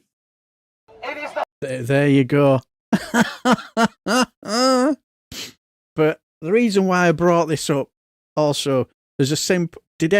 Hello, Wales, hope you're well. We shall hold our bald heads together and make a death ray so powerful from the sun it will destroy them all. He got a beard because he has not one on his head. Absolutely. Hello, Gina Lefty. Hope you're well. Yes, absolutely. And this is one of the reasons why Scotland wants to be independent, and quite rightly. Gives a few quid, you mugs. Absolutely. But it doesn't matter to him because there's one born every minute, isn't there? Because see, the thing is, when I watched his live stream, I was proper getting them all irate. I thought these were the warriors of free speech, and I wasn't being insulting to them. And if I basically asked them a reasonable question, what's the point of the march? Because it's the first time I've ever seen one of these, and I have to say I wasn't right impressed because I didn't really see the point of it. They were just stuck in one corner. I basically said, "Is this all UKIP are now?" Just basically. A party led by a guy who's just a grifter who knows he's not going to go anywhere. But if these people, if you're stupid enough to pay him money to enjoy a lavish lifestyle, much more lavish than what they will have, more fool you. And the thing is, I don't know how long it was. They spent a good while in that corner when that guy was waving his flag for ages. It lasted for over an hour. And hello, Tommy Lee Cadden. Hello, my dear friend. What I'm working might not be too many messages from. It's not a problem. Don't worry about it, my dear friend. Hope you're well, my friend. And I watched this with avid interest because all it seemed to be was, we want our country back. We want our country back. That's all you ever heard. Another one was, there's only one Nick Tankolty. There's only one Nick Tankolty. Walking along, singing a song, walking in a UKIP wonderland. That's all you ever heard, really. There was no real planning going on, whatever. And it just... and there was one guy who waltzed and said that he'd been pelted by a flying object and then punched on the back of his head and by the lefties. And it just, and I thought, well, he doesn't look as though he's been battered too much. And all it was his live stream. It was basically him following the police, anyone, who sort of like waved at a lefty, he was woke. And they're criticising anything that they didn't do that he didn't like, their lefty wokey police, and and that was it, I think this. So that's all UKIP are now doing, and all they're doing now is standing on street corners, singing football chants, and that's the only reason. And when I watched it, I found it hilariously funny. Now you may be thinking, why am I talking about it? Did anybody watch the legend that is Donkey Dave's live stream last night, where he was in Chesterfield? I think it was, I don't know where they were, but they were sort of like showing solidarity for what's happening in Palestine. And I just caught I think it was the last 10 minutes of the live stream. And so, but as I watched it was quite harmonious and it was interesting to watch. And he got talking to a few people who had organised it, and it. So yeah, I had to step away for 10 minutes. I know that to make this comment, but the slaphead on about immigration is what's wrong with this country, a lack of respect and for diversity. Absolutely. But I don't know how many in the chat actually watched Donkey Dave's live stream where he was at the protest. He was there with his Free Palestine shirt and his Palestine flag. And I was watching it. It was avid interest, and then he said something that tweaked my interest. He says there's some clown across the road. yeah. It does counter Kev. Yeah, he does a lot. When it comes to these marches, it might be union marches, or he might turn up at not a protest, strike marches. And he talked about a guy who was on the other side of the road with his phone out, and he's filming him shouting at the cross of the road. And I thought to myself, I have a funny feeling I might know who that guy is. I have a funny feeling, because on a couple of streams he said on that stream he mentioned something about Chesterfield. He caught whiff. I thought to myself, yes, I wonder if I might know who that guy is.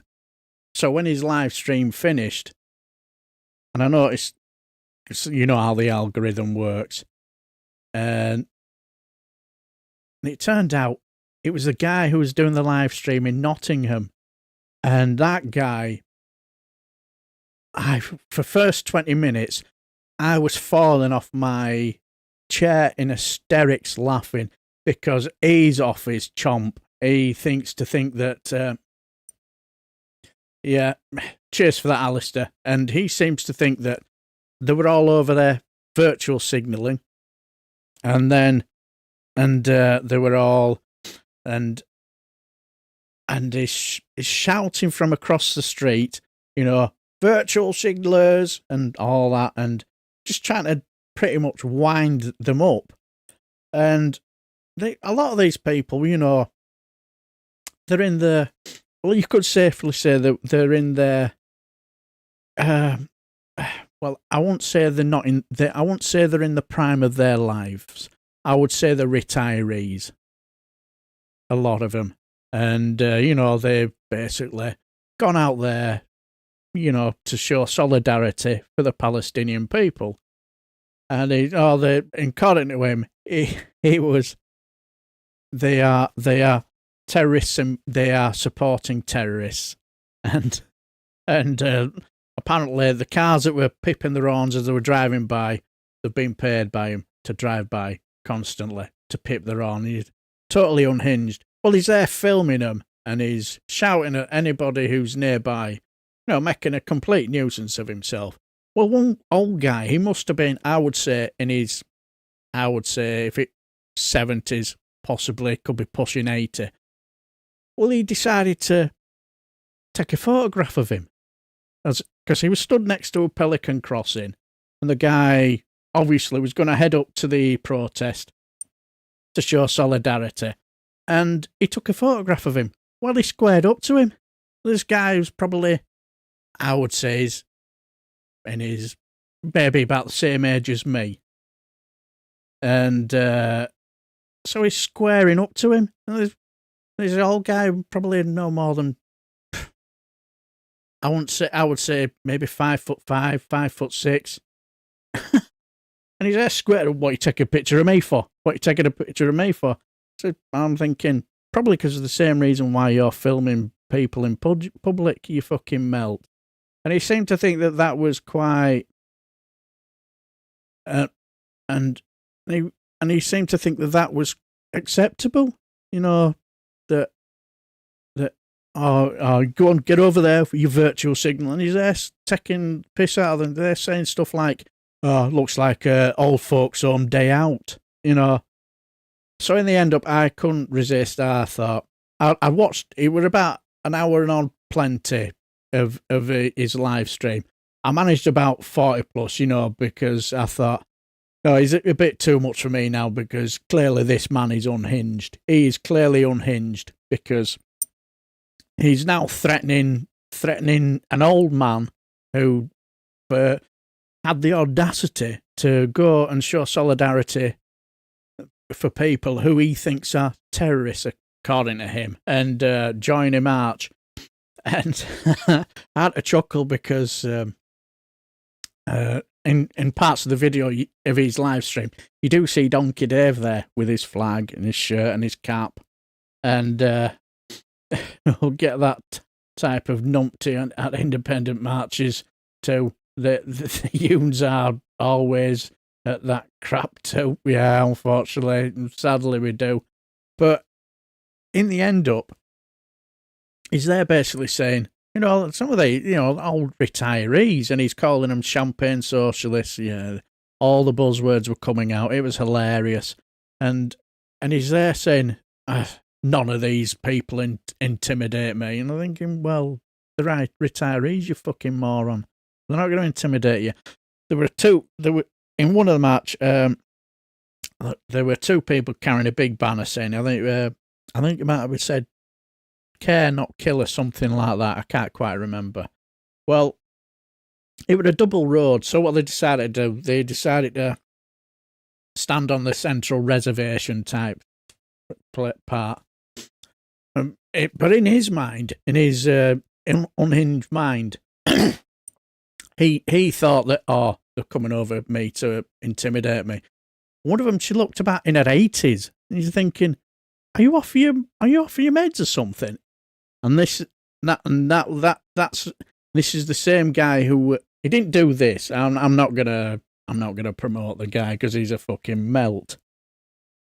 But he did his hour on at this particular march, and as you can tell from what I've heard, they counted about 50 odd of them. But yeah, he's there saying none of these people intimidate me. Well, of course they would do, because they're in their 80s, 70 retirees, and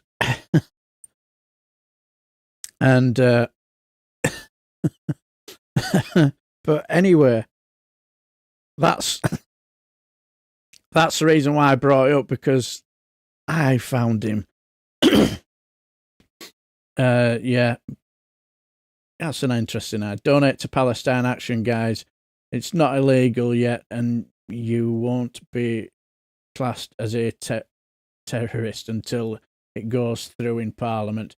How mental do people have to be to believe it? I'm just wondering if they're thinking, because it's like all they did was paint it, but I think there's two things. They could have done something much more dangerous, and I suppose in a way that they've embarrassed the British government, haven't they, in a way? So hello, Jim Stevens, hope you're well, my friend. But yeah, this clown. That's all UKIP are about. So what's the fucking point of them? There is no point to them whatsoever now. They are just a pointless party of grievance. Let's be honest, they're just racist as well. And the guy who were doing his live stream, who were filming where Donkey Dave were as well, he's just an absolute mad, complete racist.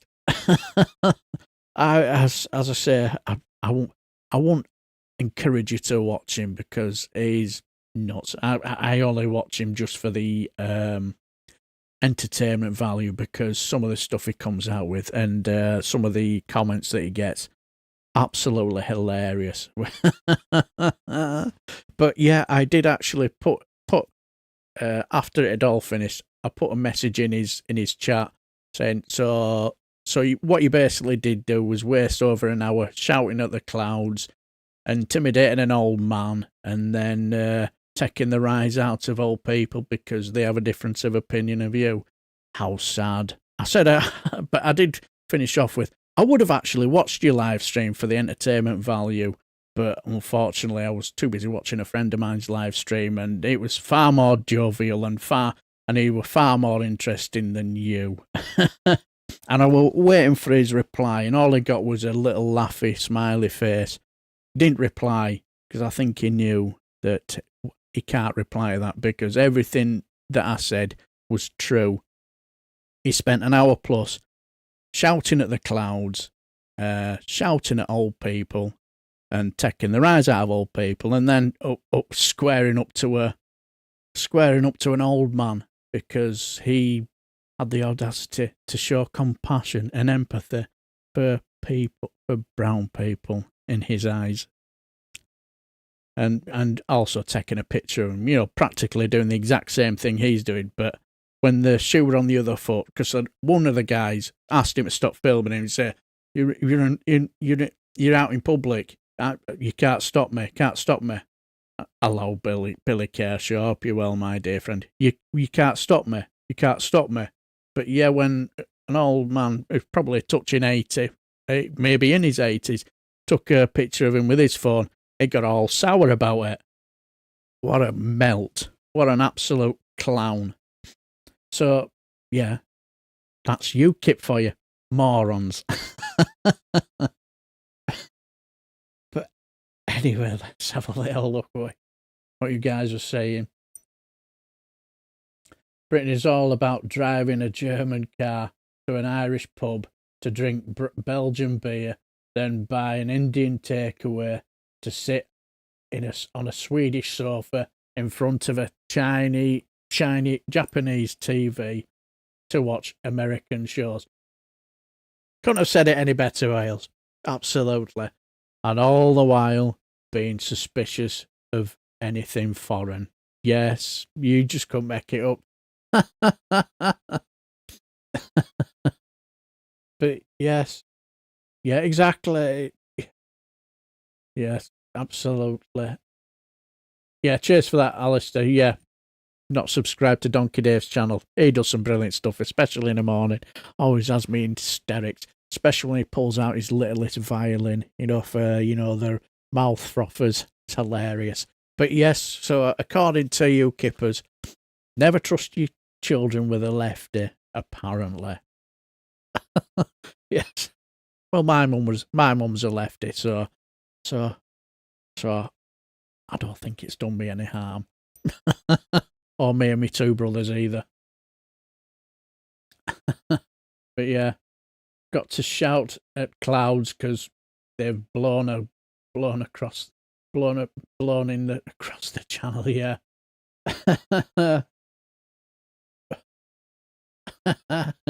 I love like, yeah. Hello, Billy. Yeah, squeaky tanks and more lube, Donald. Yes, exactly. Hello, one angry penguin. Hope you're well. On the march. Certainly are. They are certainly on the march. And acid. Yes, can we have more acid in the chat, please?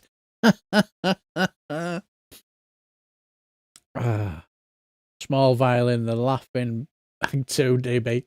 Yeah, that makes me chuckle. He does some brilliant stuff. I hope I will be doing this as long as Donkey Dave has, because he's absolutely brilliant. Also love his Thursday's live streams. I'll be looking forward to them when they come back. But anyway, right. What we'll do is we will got a couple of more little more going on here.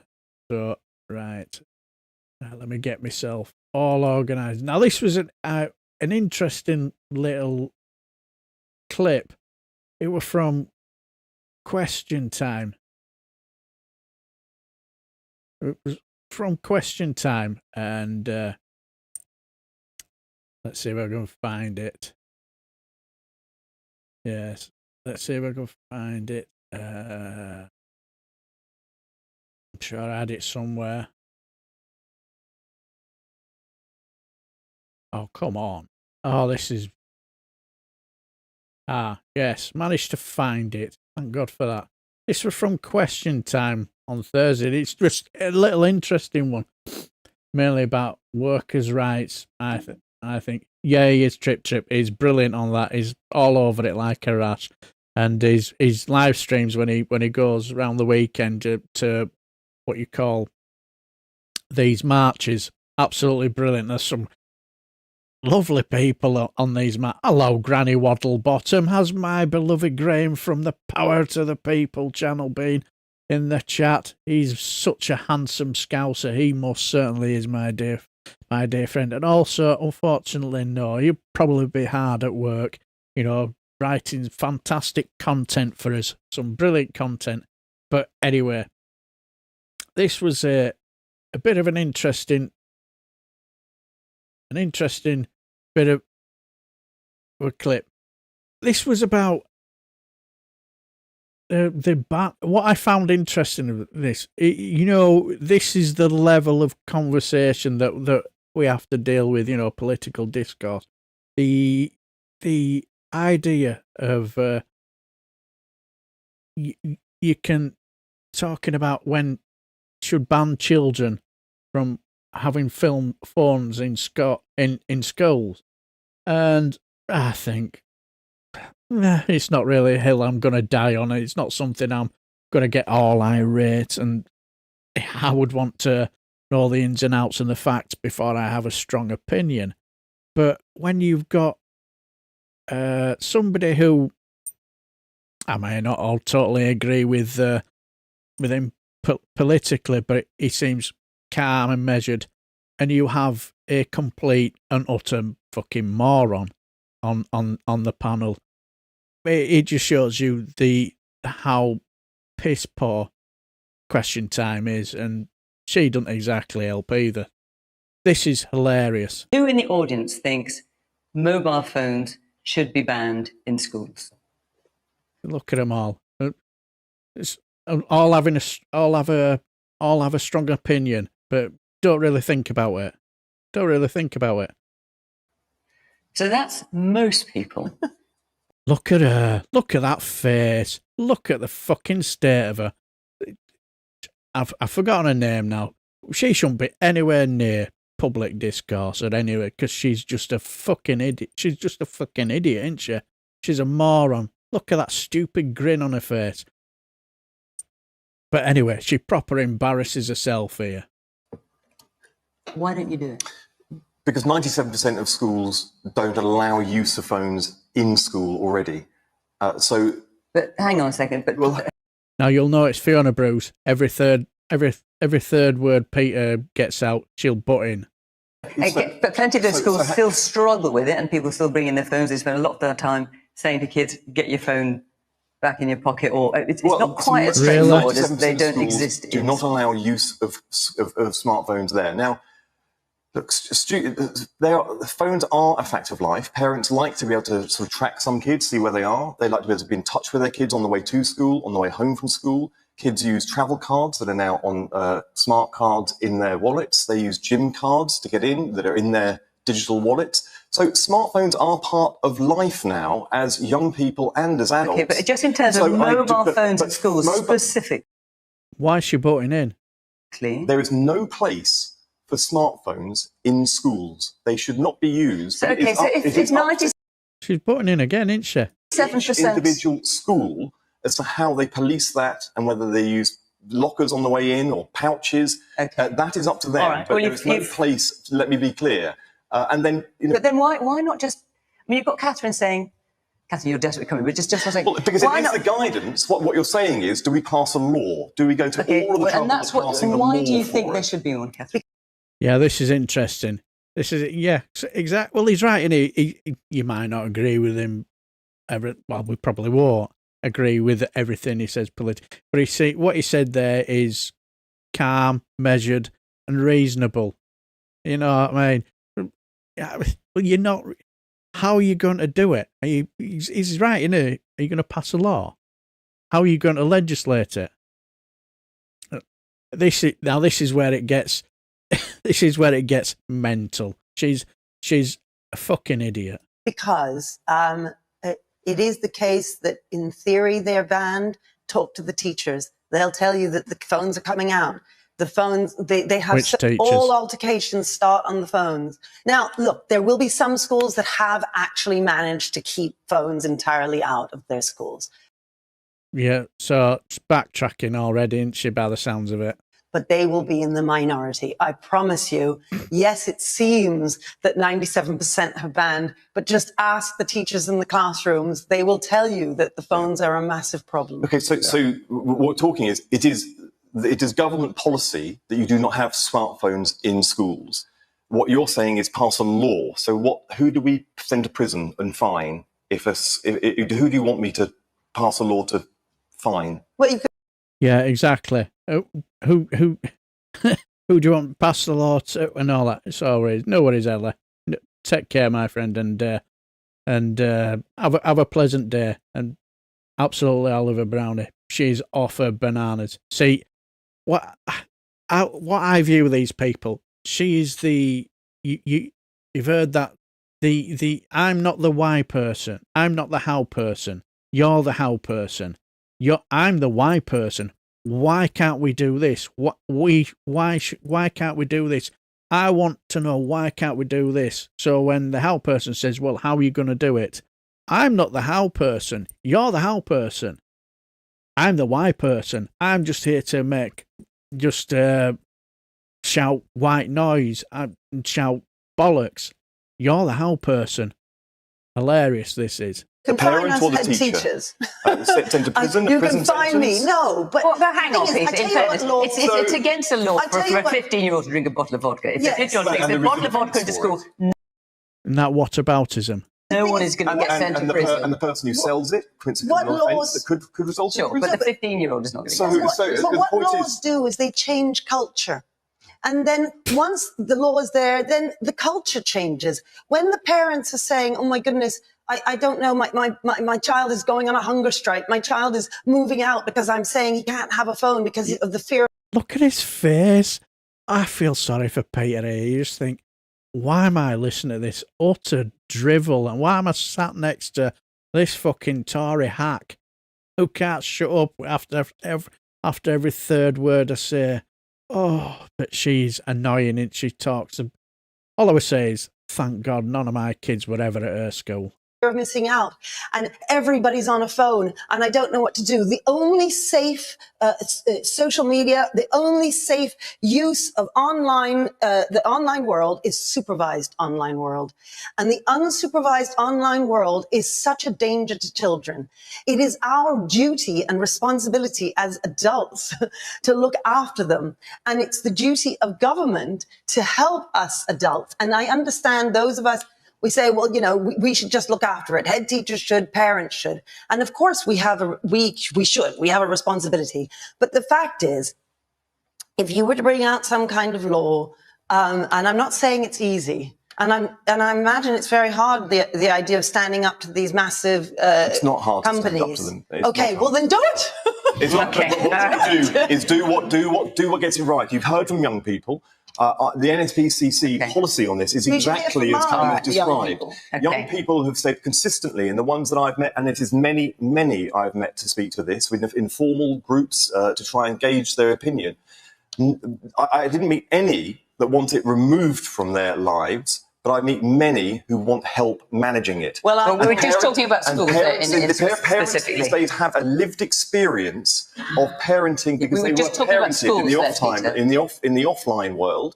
But there is no parent who's had experience of being parented. All right, in I the get that. world. Just in that particular instance, help with the addictive we were just behaviour and talking about curfews schools. and sleep patterns, so that parents aren't constantly ripping phones out of children's hands. This is something that we can help with to try and move towards. All right, you've made that point. You've made that point.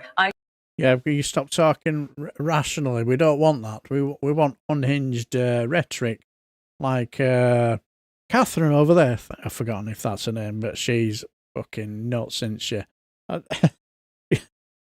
I don't know. I'm not abreast with all the facts, but it doesn't stop me from having a very strong opinion about it. Now, you guys in the chat, you might be able to help me. Some people use their phones for what lessons they have for the their lesson table. I forgot. Yeah, and all sorts of other apps that they use for stuff for school wise. Can we get Victoria Derbyshire, please? Yeah, exactly. I cannot stand it because you see it straight away because she'll allow the reform nut jobs to just go off on a tangent unhinged, and anybody speaking rational didn't have computers in my day. Exactly, Steve S. Hello, Steve S. Hope you're well, my dear friend. Yes, totally agree. But it's I've been hearing stuff that they are banned in schools. I've heard that, and I've also heard that there are some schools you can only access your phone at the end of each lesson, from what I've heard, and also that they use apps on the phone, for the table, their time, not the timetable, what lessons they have for the day, and the week and whatnot. So swing your pants. Hello, Graham Speedos. Hope you're well, my friend. But she is just unhinged. She's not, and it annoys me because I think, why do they give these people any airtime? Clearly just unhinged. She's just there for clickbait. Hello, Leapshin. Hope you're well. How are you all doing today? So what's going on here then? Well, I just decided, it's Tuesday. My wife and my eldest have been up to their in-laws, and I've got the house to myself a little bit. So I just decided on a Tuesday, in that situation, do a bit of an interesting live stream and have a bit of a chat with you guys as well. Hello, Counter Kev. Yeah, Rees-Mogg wants return to slave and to slates and chalk with nativity plays, donning Victoria Undertaker's costumes. Yeah, he probably will do. Yeah, he'll also want to shove urchins up chimneys again, won't he? Because it'll build character. Oh, she has no idea what young people are going through. Yeah, oh, yeah, absolutely. I'm part of the generation where hardly anyone had a computer or phone at primary school, but by the time I got high school, I'm certain that I had my first phone and computer in year 7. Yeah, as I say, I was when I were at school, didn't have a phone and all that sort of stuff. But I can imagine how they will be a benefit. And if I'm honest, when I think she just talked utter rollicks about, she's trying to say that every class, every child has got the phone out, not paying attention and stuff like it. It's just utter rollicks and nonsense, isn't it? And she knows it is. And it's just about, what can I say and do to remain relevant? And that stupid grin she did at the first, she thought, when saw people who just basically stuck their hand up because thought, oh yeah, phones must be banned. Yeah, but this Labour government, if they decide that they want to make it mandatory to ban sugar in whatever to help children from having rotting teeth, that they'll say, that they're basically it's becoming like a Gestapo type government. They want to get involved in everything and anything, and they will ban anything next. What next? Banning protests, they'll say. I was hooked. This current this current generation exam results are amazing.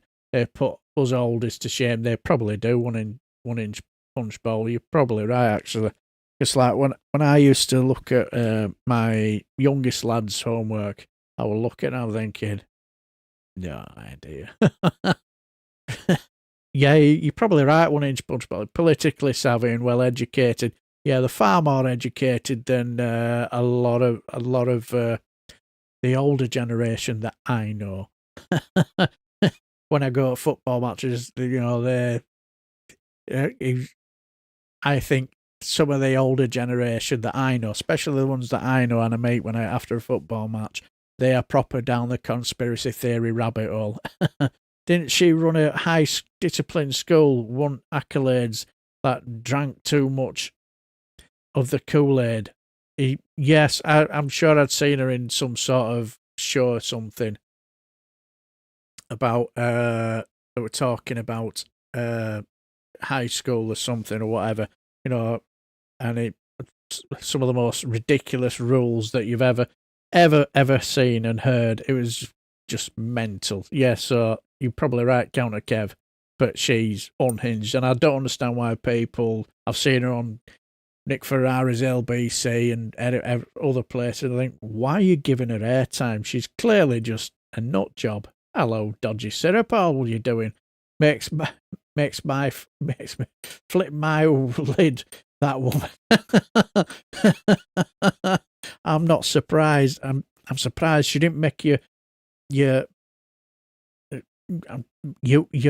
magnificent plumage go in anger. Modern teaching techniques are making a huge difference, and access to their phones and computers has given them power. Yeah, I totally agree with you. 1 inch Yeah, can't think of a better way to spend a Tuesday afternoon. But if you have the house to yourself, would you not have? Would it have been better getting the old guitar and amp out and bang out a tune? Oh dear! Strangely enough, I've the electric guitar. One of my strings is busted. Do you know what happened with one of my strings the other day?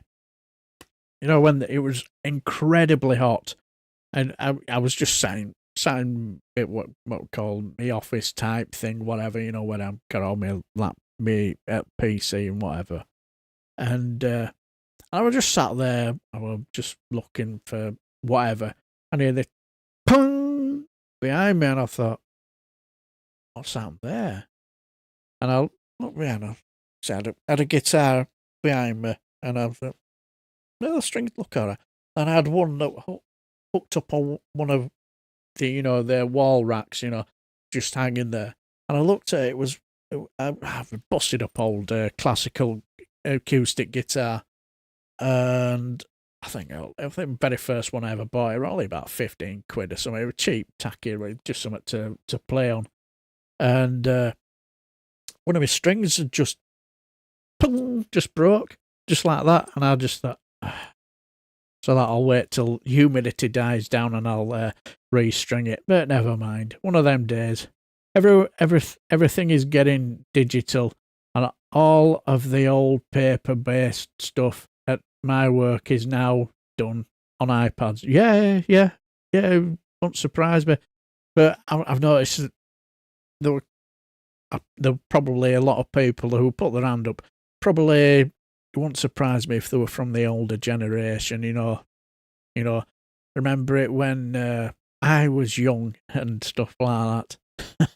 So that wouldn't have surprised me, but anyway, happens to me all the time, especially when fiddling with my yeah. I say, but that's the first time that's ever happened. I wasn't playing it or whatever. It was hung up, and all of a sudden it just went ping, done. But anyway, I've got some strings hiding away. But anyway, let's get back onto this. This is the who in the audience thinks. Shut up, Fiona. Don't want to listen to you. But anyway, let's get back to where we want to be. So right,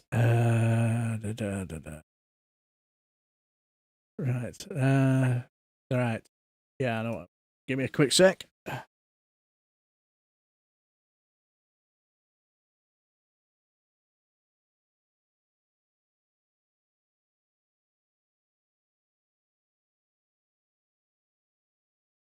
Right, there we go. Right. Right. We're cooking on gas. As we all know, as I've said before, welcome to Daniel Hannan Day.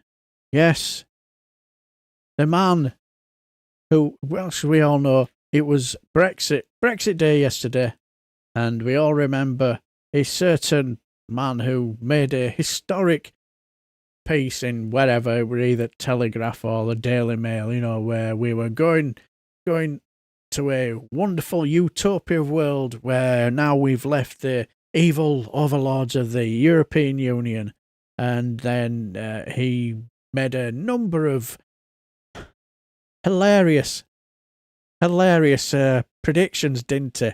So 9 years on, let's see how his predictions have come through.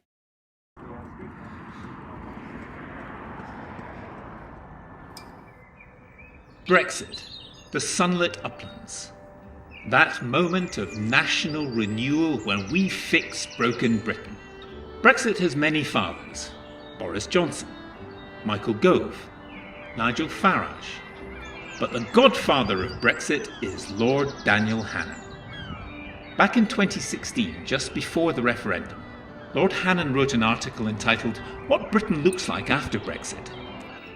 In it, this intellectual colossus painted a glorious picture of life in Britain 9 years in the future, in June 2025, if Leave won the referendum.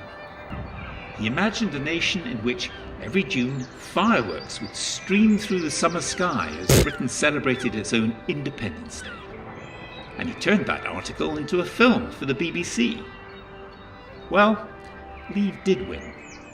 Those 9 years have passed, and now it's June 2025. So finally it's time to celebrate Lord Daniel Hannan and his spectacular vision of life in Brexit Britain. Roll the tape! Yes, let's roll the tape. Now, when I mentioned every year there'll be celebratory streams to celebrate our Independence Day. Have any of you guys seen any of them celebratory streams yet? I have to say, I have exactly Wales. Salutes to Led by Donkey. Absolutely brilliant. Have anybody seen them celebratory streams for Independence Day? Because I must have missed them. The only question people ask these days is why it took us so long. Outside the EU, Britain is the region's foremost knowledge-based economy. We lead the world in biotech, services, law, education, the audiovisual sector. Lead the world? Well, not quite. Take biotech. The UK's global share of pharmaceutical exports actually dropped by nearly a third between 2018 and 2023, from 5.4% to 3.8%. Okay, so that cost the UK economy an estimated £10.8 billion a year. Wow. Yes. Are we getting sick of all that winning yet? Jesus Christ. But come on, 10 billion quid to say up yours to the French, clearly worth every penny. And then there's education. The latest World University rankings show more than half of UK universities slipping down the global league table. Listen, what? Degrees are woke, am I right? Family incomes have received a triple boost. Food prices are lower outside the Common Agricultural Policy. Fuel bills are lower because energy prices have dropped to world levels. And taxes are lower because of the independence dividend. And that means more household income for everybody and a general stimulus to the entire economy. Obviously food prices have risen 40% since Lord Hannan made his prediction. And the average gas and electricity bill has risen 52%. And the UK tax take is now at the highest level in 70 years. But at least our passports are blue. Outside the EU's clinical trials directive, we're again at the forefront of medical research. Okay, so UK clinical trials have actually decreased by 8% per year since 2017. But the Union Jack flies over the Palace of Westminster, although it always did anyway. I love the makes me chuckle. Something tells me when that happens, things are not going great. Outside the downright malicious rules on pensions, equity and insurance, our financial services are booming, not only in London, but in Edinburgh, Leeds and Birmingham. Now, it's true that the Lord Mayor of the City of London has said Brexit cost London's financial centre about 40,000 jobs, and even called Brexit a disaster. But he's probably part of the Guardian-reading, tofu-eating wokerati. Our fishing grounds have once again become a great renewable resource. Okay, let's actually hear from a fisherman. Here's what one of them told GB News earlier this year. I was a Brexiteer. It's been a bit of a disaster. You don't say. In the main, legislation, red tape, documentation is just 100-fold of what it used to be. Bloody Ramona. And our older industries have revived too. Our farmers, always more innovative than their continental rivals, are exporting all over the world. Now, obviously, British food exports to the EU have fallen by £3 billion a year since Brexit. And then there was that Farmers Weekly survey in 2023 that showed that 69% of British farmers viewed Brexit negatively, and 70% felt that the UK should at least rejoin the European single market. But what do farmers know about farming, eh? Yeah, exactly. So come on, everybody, let's celebrate the greatness in Brexit Britain in June 2025. Come on, everybody Forget start not twerking. These fathers of Brexit and their words. Let us pop a cork and may fireworks stream through the summer sky to honour the heroically shit-predicted powers of Lord Daniel Hannan. Yes. All hail Led by Donkeys.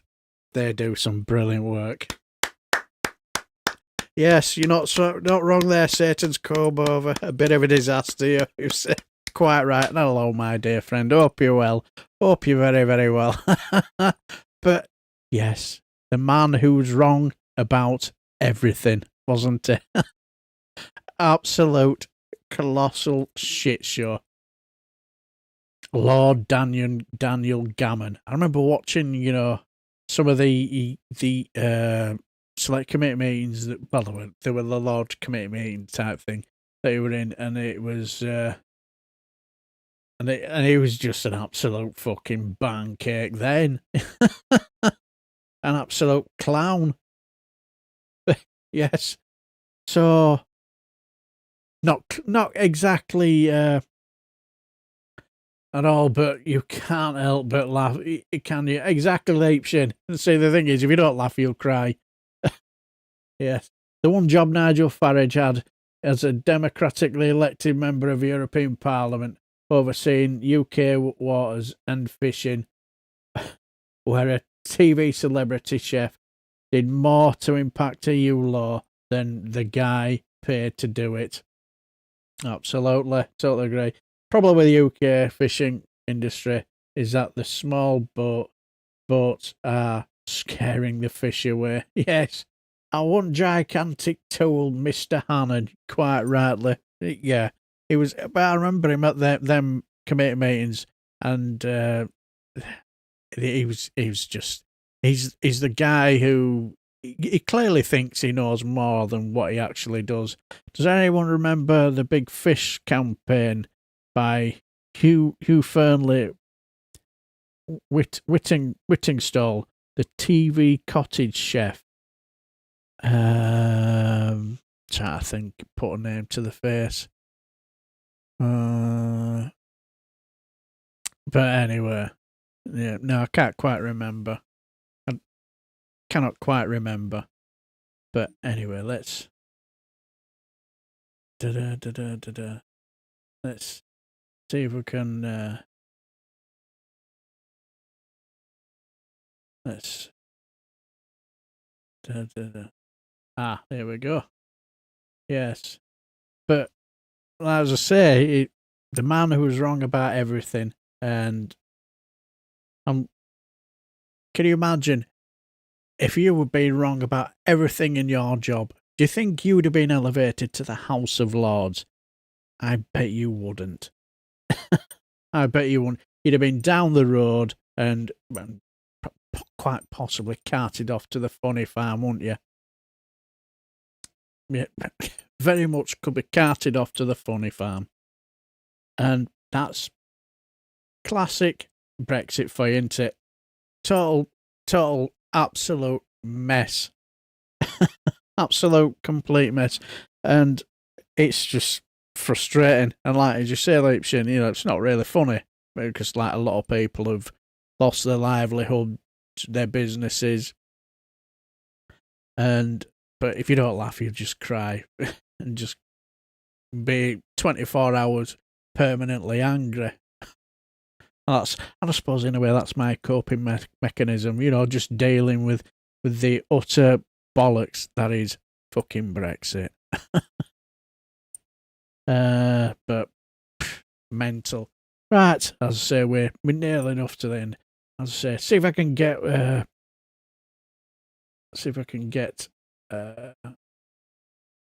what they call it. Here we go. Yes. Yes.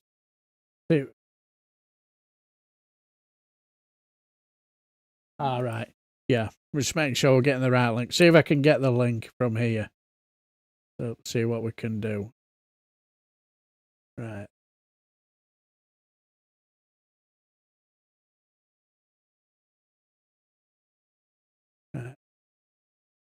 What I will do, I've copied and pasted it. And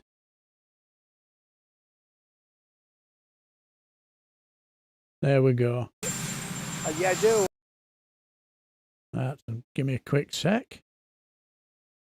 I want to do away with that.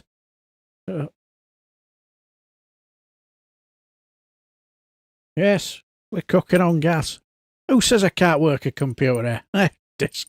Absolutely. I'm doing it. Absolutely. Right.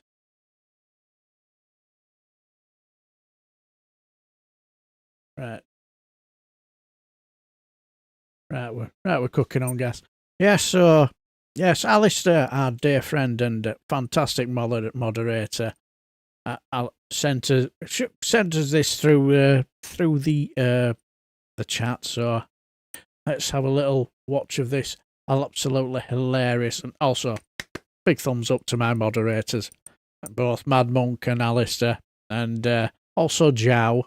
You know, when you can help, you know, because like I was saying with Alistair and Mad Monk, all have busy lives, and so they can't always be here. But so give them a big massive thumbs up, and cheers for all you do, all three of you, much appreciated. As I say, I won't be able to do this show without you guys. But yes, this is our. So take it. This is where our leader of the free world resorts to, as Nick Abbott would say, builder's language. Yeah, I do. They violated it, but Israel violated it too. Are you questioning if Israel is committed? Israel, as soon as we made the deal, they came out and they dropped a load of bombs, the likes of which I've never seen before. The biggest load that we've seen. I'm not happy with Israel.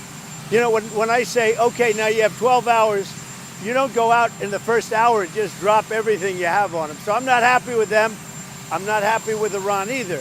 But I'm really unhappy if Israel's going out this morning because of one rocket that didn't land, that was shot, perhaps by mistake, that didn't land.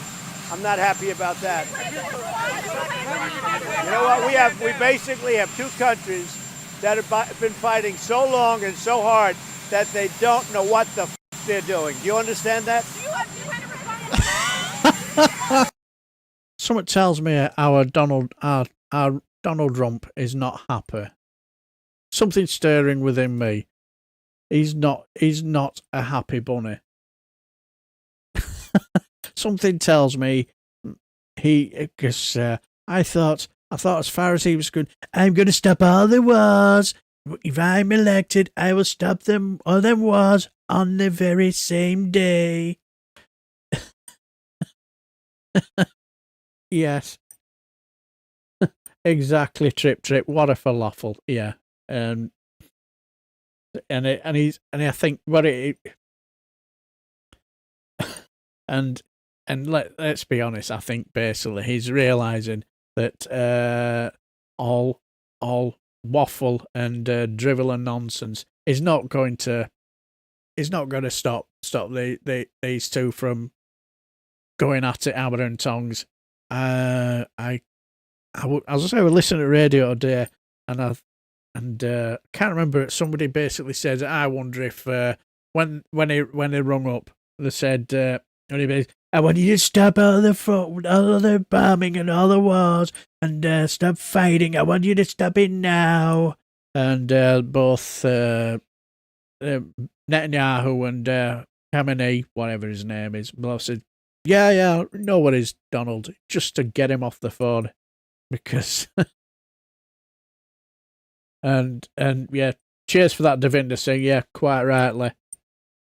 Thank you, and you, DB, and great show. Oh, no worries. Cheers, thank you. I'm glad you enjoyed it. I had a couple of hiccups at the start here and there, but you know, I trial and error, and I'm there to learn. But I get the feeling there's frustration there because it's all going to pot into. It's all just that's what happens when you don't have a strategy, really, do you? Let's be honest. He did what he did because he fell out of the bed on the wrong side or something, didn't he? Simple as that.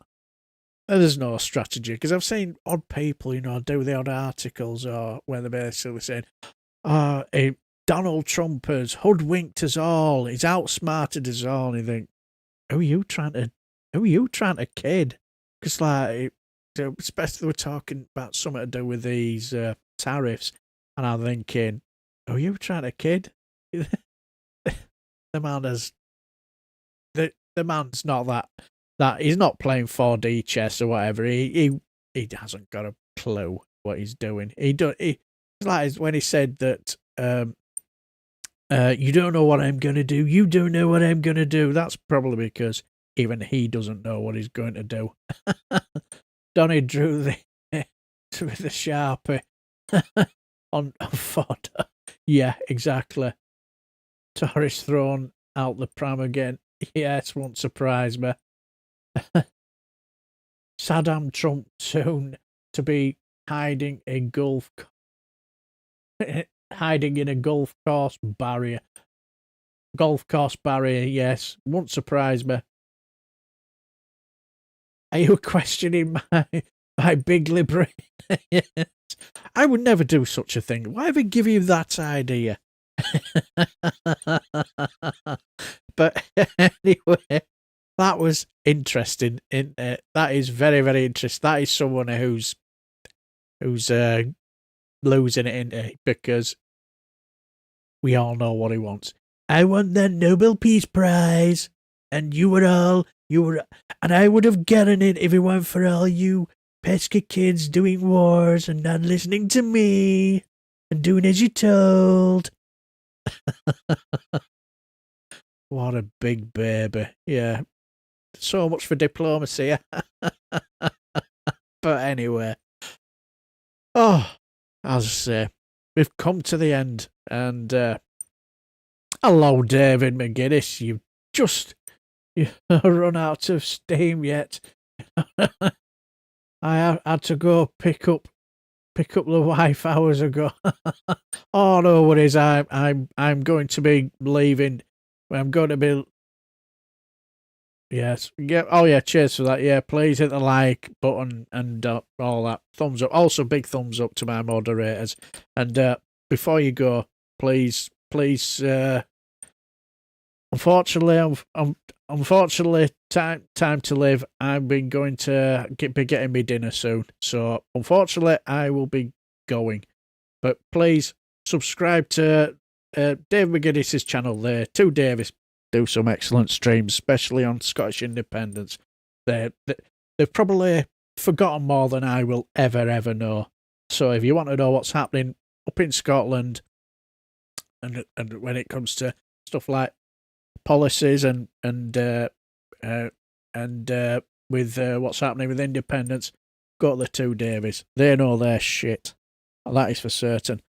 But anyway, I want to say thanks for stopping by. Thanks for keeping me entertained, and I hope you've enjoyed this stream as much as I do. What I probably will do is I'll probably cut little bits and bobs up and make a bit of a video out of a video. I probably might do the one with the UKIP. Well, I think I definitely will do with the one with the UKIP one. That was hilarious, and I'll probably do the one with Trump, because that was quite interesting, wasn't it? So I will leave you. But I will enjoy the rest of your day. Thanks for stopping by. Love you all, and take care, my dear friends. And tatty bye for now.